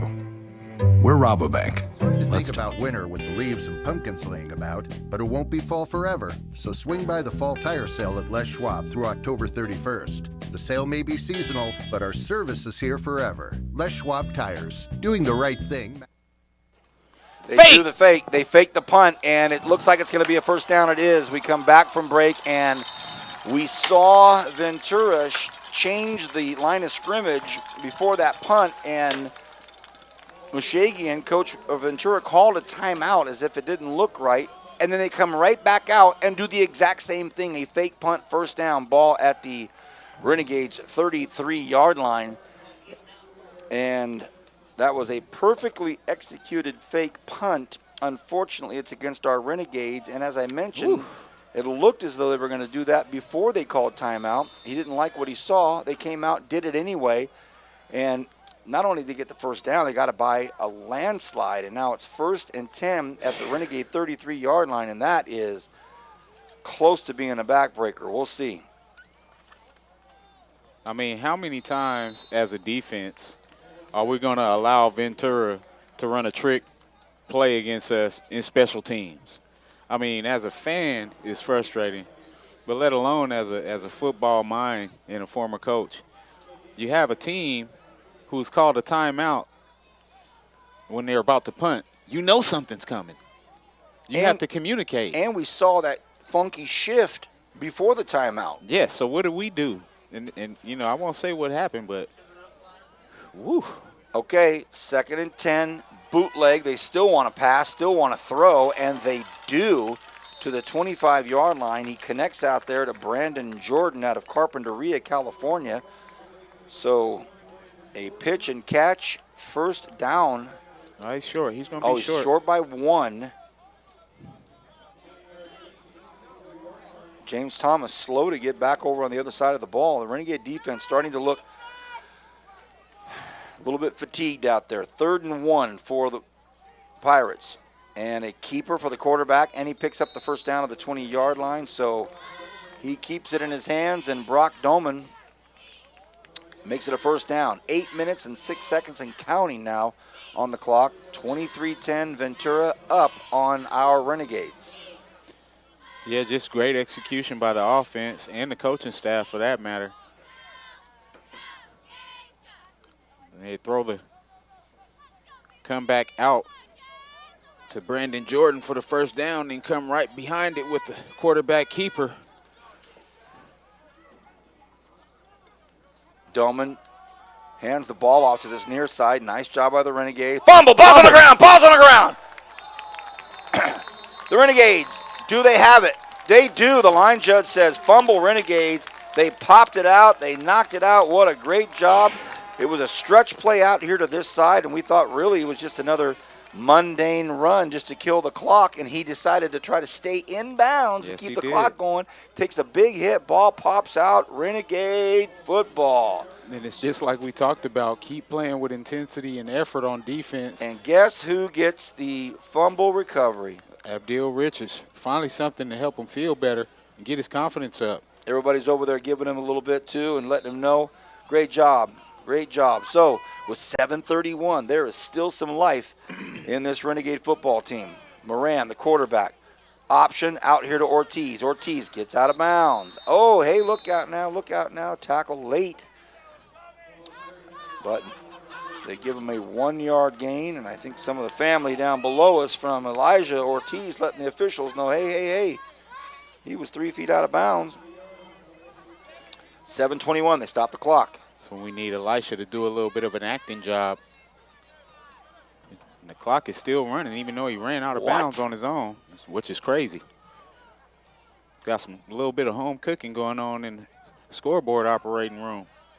Moran throws it out to the far side. It's caught. Roberson, can he do something special? He cuts back up against the grain, and he's tackled at the 45-yard line. First down, they're going to get him for a horse collar, too. So that'll stop the clock at 6:58. So Moran throws across the field over to the far side in front of the Renegade, in front of the Pirates sidelines, caught by Roberson. He cuts back up against the grain, and then at the 44-yard line, he's horse collared. Yeah, I'm still trying to figure out 2 plays ago why that clock kept running after a guy ran out of bounds on his own.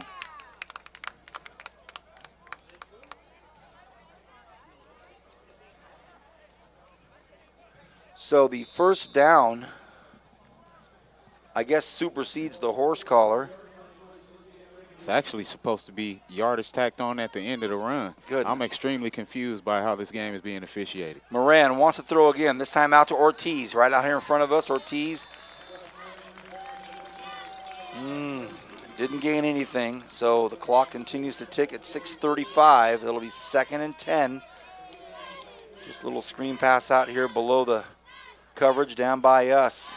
And the ball's at the 44-yard line of Bakersfield College. They're trying to get to midfield, see if they can make something happen. Moran has Isaiah Martin and Elijah Ortiz back there with him. Moran flushed out of the pocket, thought he might run it himself. Flings it over to the far side. Cam again has it. This time Cam gets about 3 yards and goes out of bounds. What a nice play by Roberson.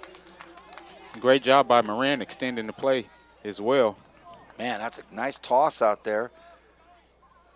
And why are they winding the clock after guys run out of bounds? I'm confused on that.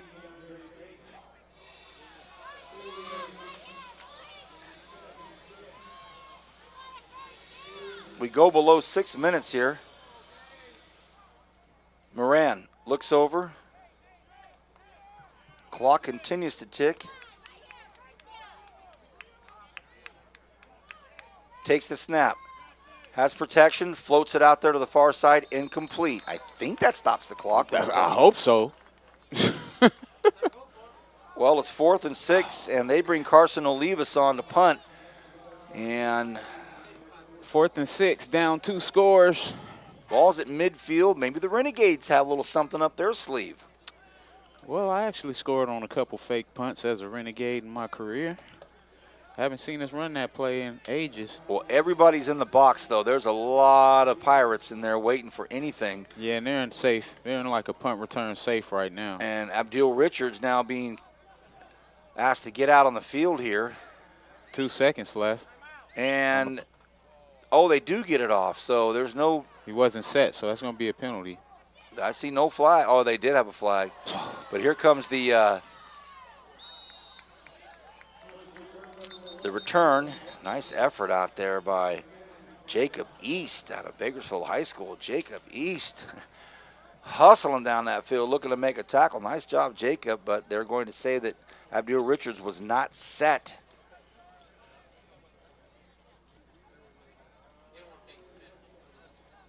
And Carson Olivas having a quick chat with the coaching staff because the time had expired.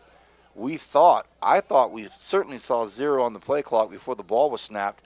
Flag flies. Will it be delay of game or will it be Abdil Richards not being set? Take your pick, Kenny. It was a legal motion. Okay. The bigger picture here is with 5:30 remaining in the 4th quarter, the Pirates lead 23-10.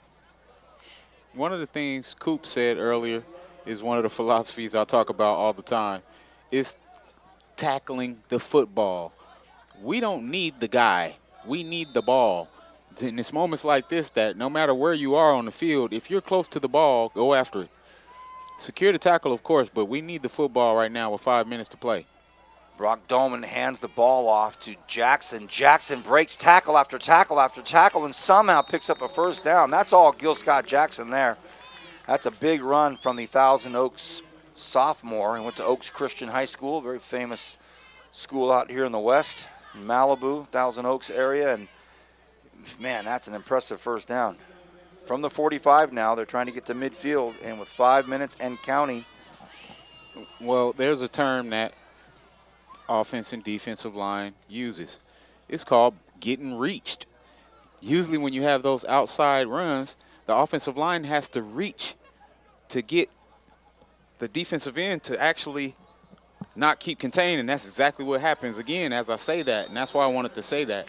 As they execute these outside plays, if we don't keep containment, that means you were reached on that play. You can't allow that to happen, and it's happening left and right. Doman on the keeper picks up 13, makes it another first down. Now the ball's well inside Renegade territory. It is 1st and 10 from the BC 40-yard line. 4.5 to go in this fourth quarter. Ventura looking to finish this one.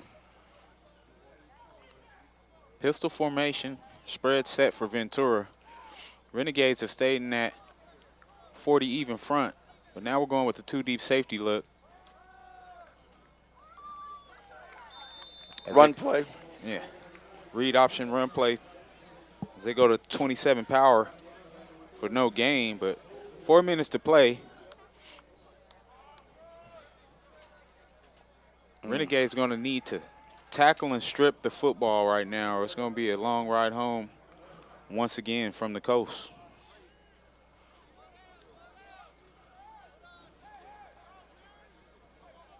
Doman takes a look, has 2 backs back there with him.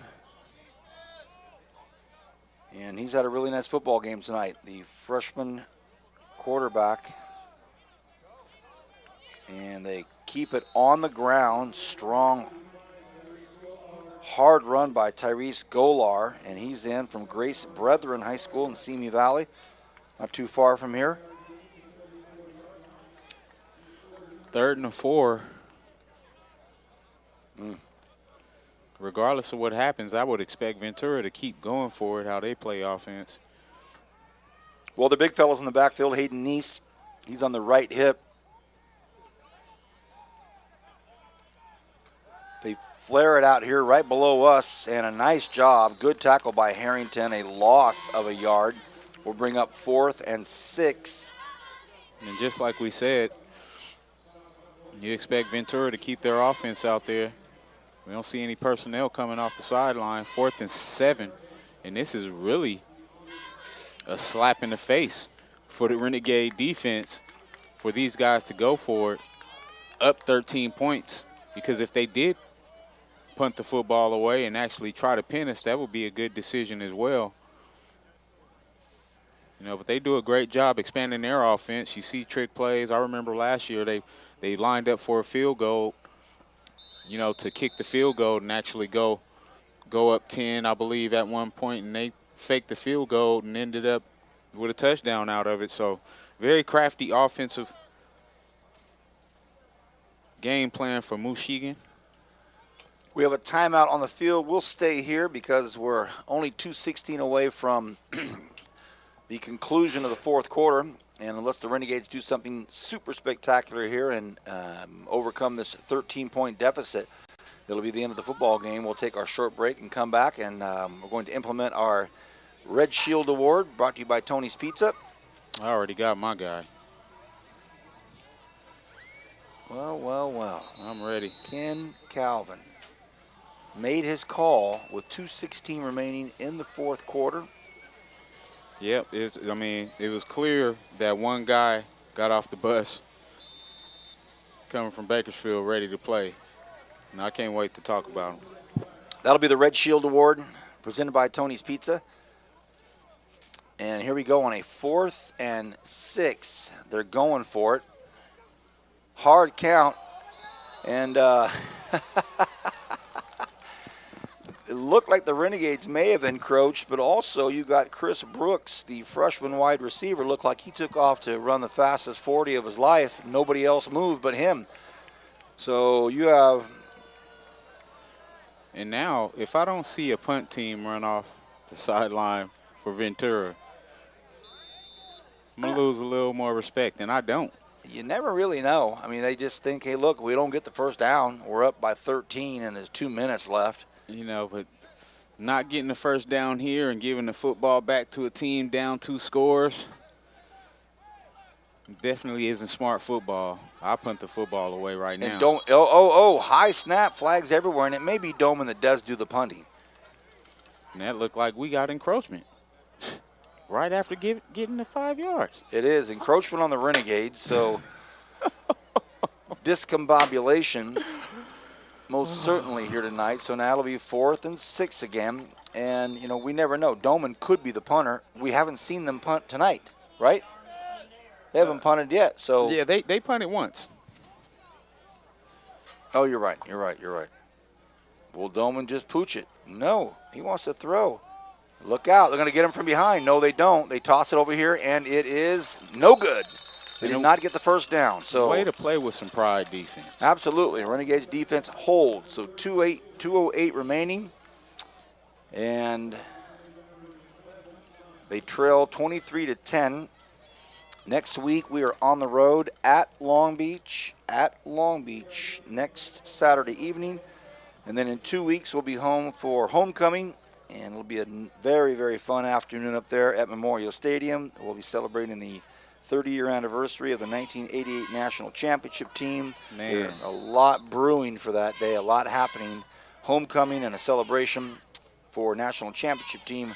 A lot of hugs and handshakes are going to be going around that day. Oh, yeah. I can't wait to get my polo. Johnny Rose, when my shirt come in, sir? 1st and 10. Moran, only 4 rush him, but he gets out of the pocket, fires across there, and it is broken up on the far side. Now they're starting to key on Cam Roberson. They can see that Josh Moran likes that option.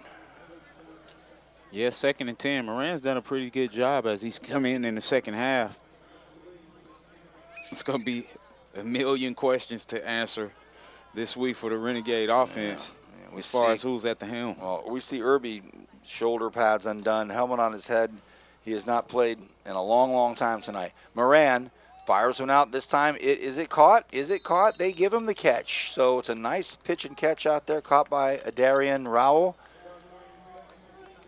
And that'll bring up a 3rd and 3. 3rd and 3. But, like, you know, we've been down pretty much most of the game. Played pretty well early in the first quarter, but seeing the attitude of some of the guys that have had to come in and make plays. No flag. Everybody thought that would be pass interference, but it's an incomplete pass. And so with 1:32 remaining here, it is a 4th and 4. Yeah, one of the things I was getting to was just the character of guys that are coming in and stepping in for guys who've been on the field. That's the one thing that you love to take away from losses like this. Who wants to step in and be the guy? 4th and 4. Here we go. Moran flushed out of the pocket. He could probably pick up the first down if he wants to, but tosses it instead. Picked off at the 45-yard line. It's intercepted by Watson. Watson looking to get back into the end zone. Watson cuts back upfield. Watson brought down, flags on the play afterwards, and it's going to be because a Renegade by the name of Eamon Sullivan and a Pirate by the name of Brett Moyer got into it right in front of the official. And they were about 50 yards away from the ball. Yeah, and that's going to do it. You know, it's tough position for Moran to come in. Being the number 3 on the depth chart, you definitely didn't get a ton of snaps this week. And you're asked to come out and perform against one of the best defenses in the conference versus the pass.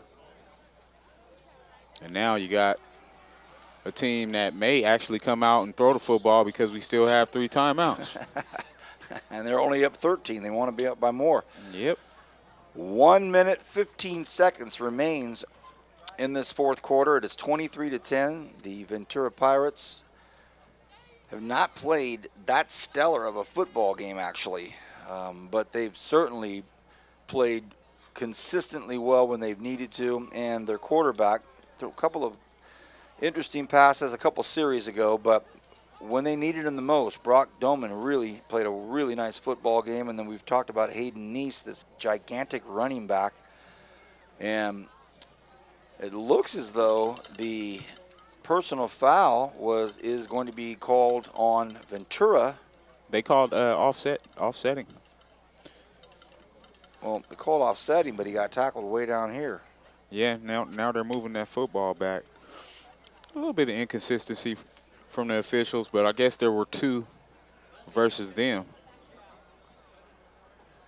Okay, well, it's going to be Ventura football, and they're going to have it at their own 48-yard line. Like Kenny said, the most orthodox thing would be to do is to go down on a knee and call it a night. But with these guys, you never know. You never know, Vance. Brock Doman might be looking at this fatigued and beleaguered and depressed defensive backfield and might say, let's do something else. He keeps it himself. Oh, the quarterback, Doman, runs to the 30-yard line, 28-yard line. So on a keeper, he decided this game is not over. And that's the drawback of running a play when you're up 13 points with a minute left. Oh, no, Gil Scott Jackson, their running back, he's intimating that his left shoulder is banged up. So there's one casualty of not going down on a knee. And that's the one thing that you don't want to happen if you're a team that's going to go on to 5-1. You want to get off the field with your guys healthy. Nonetheless, you got Gil Scott Jackson. Bet he was named after Gil Scott Herring. Going off the field. 1st and 10, balls at the Renegade 30, and Coach Mishagian and the Pirates have no intention of stopping with 1 minute left to go. They stay on the ground, they run it, whistles blow, and it is chippy to say the least down there. I think the Renegades are irritated and agitated, and the Pirates, after the game, probably they're saying something like this: hey, and after the game, we're going down the beach. We'll see you later. Yeah. Well, half a minute left, and it's 13 on the play clock, so we'll see what the Pirates decide to do. And it may be now where Brock Doman takes a snap and just goes down on a knee. You never know. Man, I bet they run corner routes. So they run, and the Renegades, oh, man. And it's getting very feisty down there, but, you know, if Mishagian wants to keep running. And that's going to do it right there. 23-10, a win for the Ventura Pirates over the Bakersfield College Renegades. We'll come back right after this. We'll wrap up the game, and we'll give out our Red Shield Award tonight, brought to you by Tony's Pizza. Ventura goes on to 5-1. The Renegades now 3-3. Back right after this with our post-game wrap-up.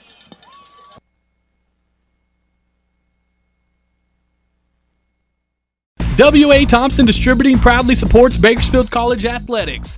W.A. Thompson has been delivering quality beverage products to Kern County businesses for over 60 years. With great beer comes great responsibility. Please enjoy our products responsibly and always remember, 21 means 21. W.A. Thompson Distributing salutes BC football. Thanks for following the Renegades on the radio, and go Gates!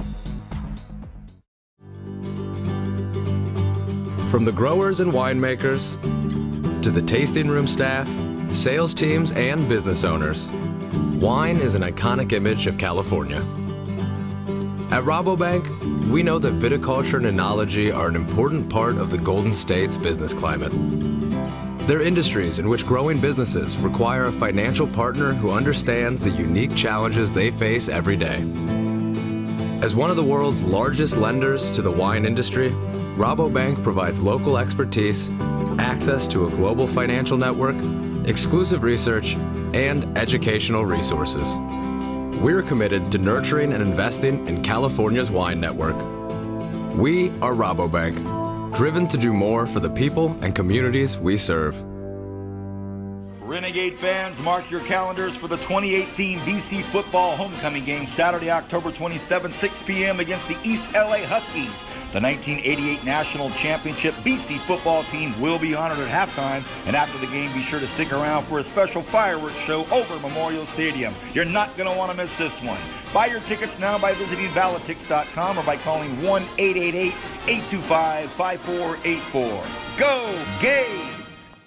It's hard to think about winter with the leaves and pumpkins laying about, but it won't be fall forever. So swing by the fall tire sale at Les Schwab through October 31st. The sale may be seasonal, but our service is here forever. Les Schwab Tires. Doing the right thing matters.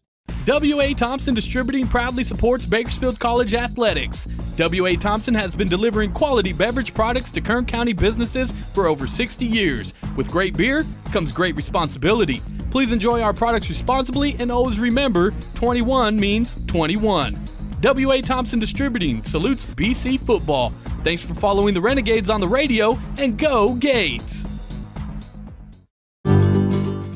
Welcome back, everybody. Post-game show here at Ventura. The Pirates with a 23-10 win over the Renegades. One of those nights where frustration kind of abounds. You think you've got it, you don't have it. You throw an interception at the goal line. You had some opportunities to stuff them back deep in their territory, and they break out with a couple of big plays. Kind of a frustrating night for the Renegades tonight. Again, 23-10.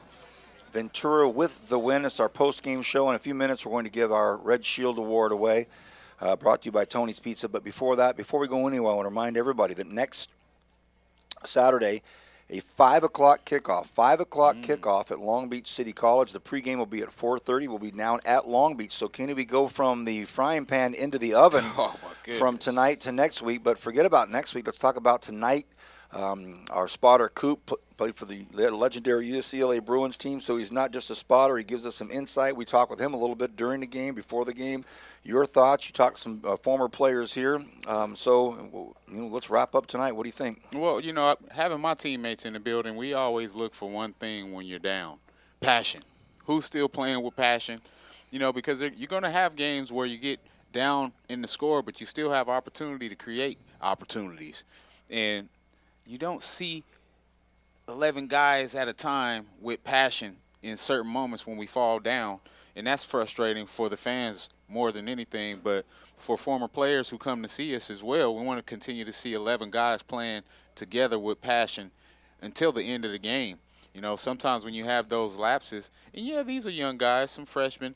We got a group of freshman players who are out there getting more snaps than they're accustomed to, but seeing guys like Moran come in and play with passion, make some tough throws when he's the number 3 guy coming in, that's what the Renegade faithful are going to remember as they go home, like who came in and actually gave us an opportunity to get back into the game, even though we fell short. What do you make of our quarterback situation? It's going to be very interesting. I thought it was an interesting week, all week. Wondering if Medina was going to be healthy enough, which he came in and played. He moved around a bit well, but then he started limping around, and he just didn't give us opportunity to play well offensively. And we want plays down the field. We get them when Moran comes in. So, and like I said, I alluded to it earlier, having Moran part of the offense all summer and all preseason gives him an opportunity to know and understand the offense to be able to get it downfield. So good to see him get a chance. I see our athletic director, Sandy Taylor, down there talking on the field, saying hi, catching up probably some of her colleagues from Ventura. I want to thank Ventura College. Thank you for your hospitality. Just a great welcome tonight. Our halftime guest. Great to see Carson come up and put some star power in here. But we're not done just yet. We want to award the Red Shield Award tonight. It's our equivalent of the player of the game. It's brought to you by Tony's Pizza. He'll get a Tony's Pizza certificate, a nice T-shirt, and he'll be our Red Shield winner tonight.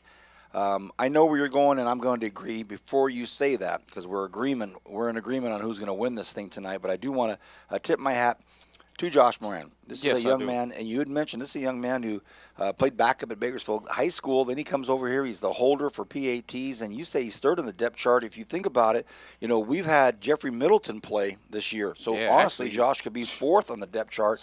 Came in, threw a touchdown pass, made some completions, kind of just kept this thing going. So before we hand out the Red Shield Award, congratulations, Josh. Good job. Good to see you in there. But I will allow you to wax eloquence on our Red Shield winner tonight, brought to you by Tony's Pizza. Well, when you come into games where you're the underdog, you're playing a 4-on-1 team, and you're 3-2, you need leadership. And one thing I saw as soon as I got out of the car was a number 5, Elisha Ortiz. He came into this game focused on doing as much as he could from the offensive perspective. He had 100 yards rushing in the first half. And the most interesting play of the game was a 4th and 4 when the coaching staff were just about to punt it. And he got into the face of coach and was like, let's go. Let's go. We need to get this. Because if we don't get this, we need to just get on the bus. Like, it was like I could read his lips. I've been there before, having those passionate moments with coaches. And you need your captains to be able to challenge the coaching staff when they don't have confidence in themselves. So seeing him have the passion and continuing to perform, Elisha Ortiz, Red Shield, Tony's Pizza Player of the Game. Elijah, congratulations. We will facilitate you getting your pizza gift certificate and your T-shirt, whether it's the Fury, Brandon Urie that gets it done, or Kenny. We'll make sure that happens. Thank you for that.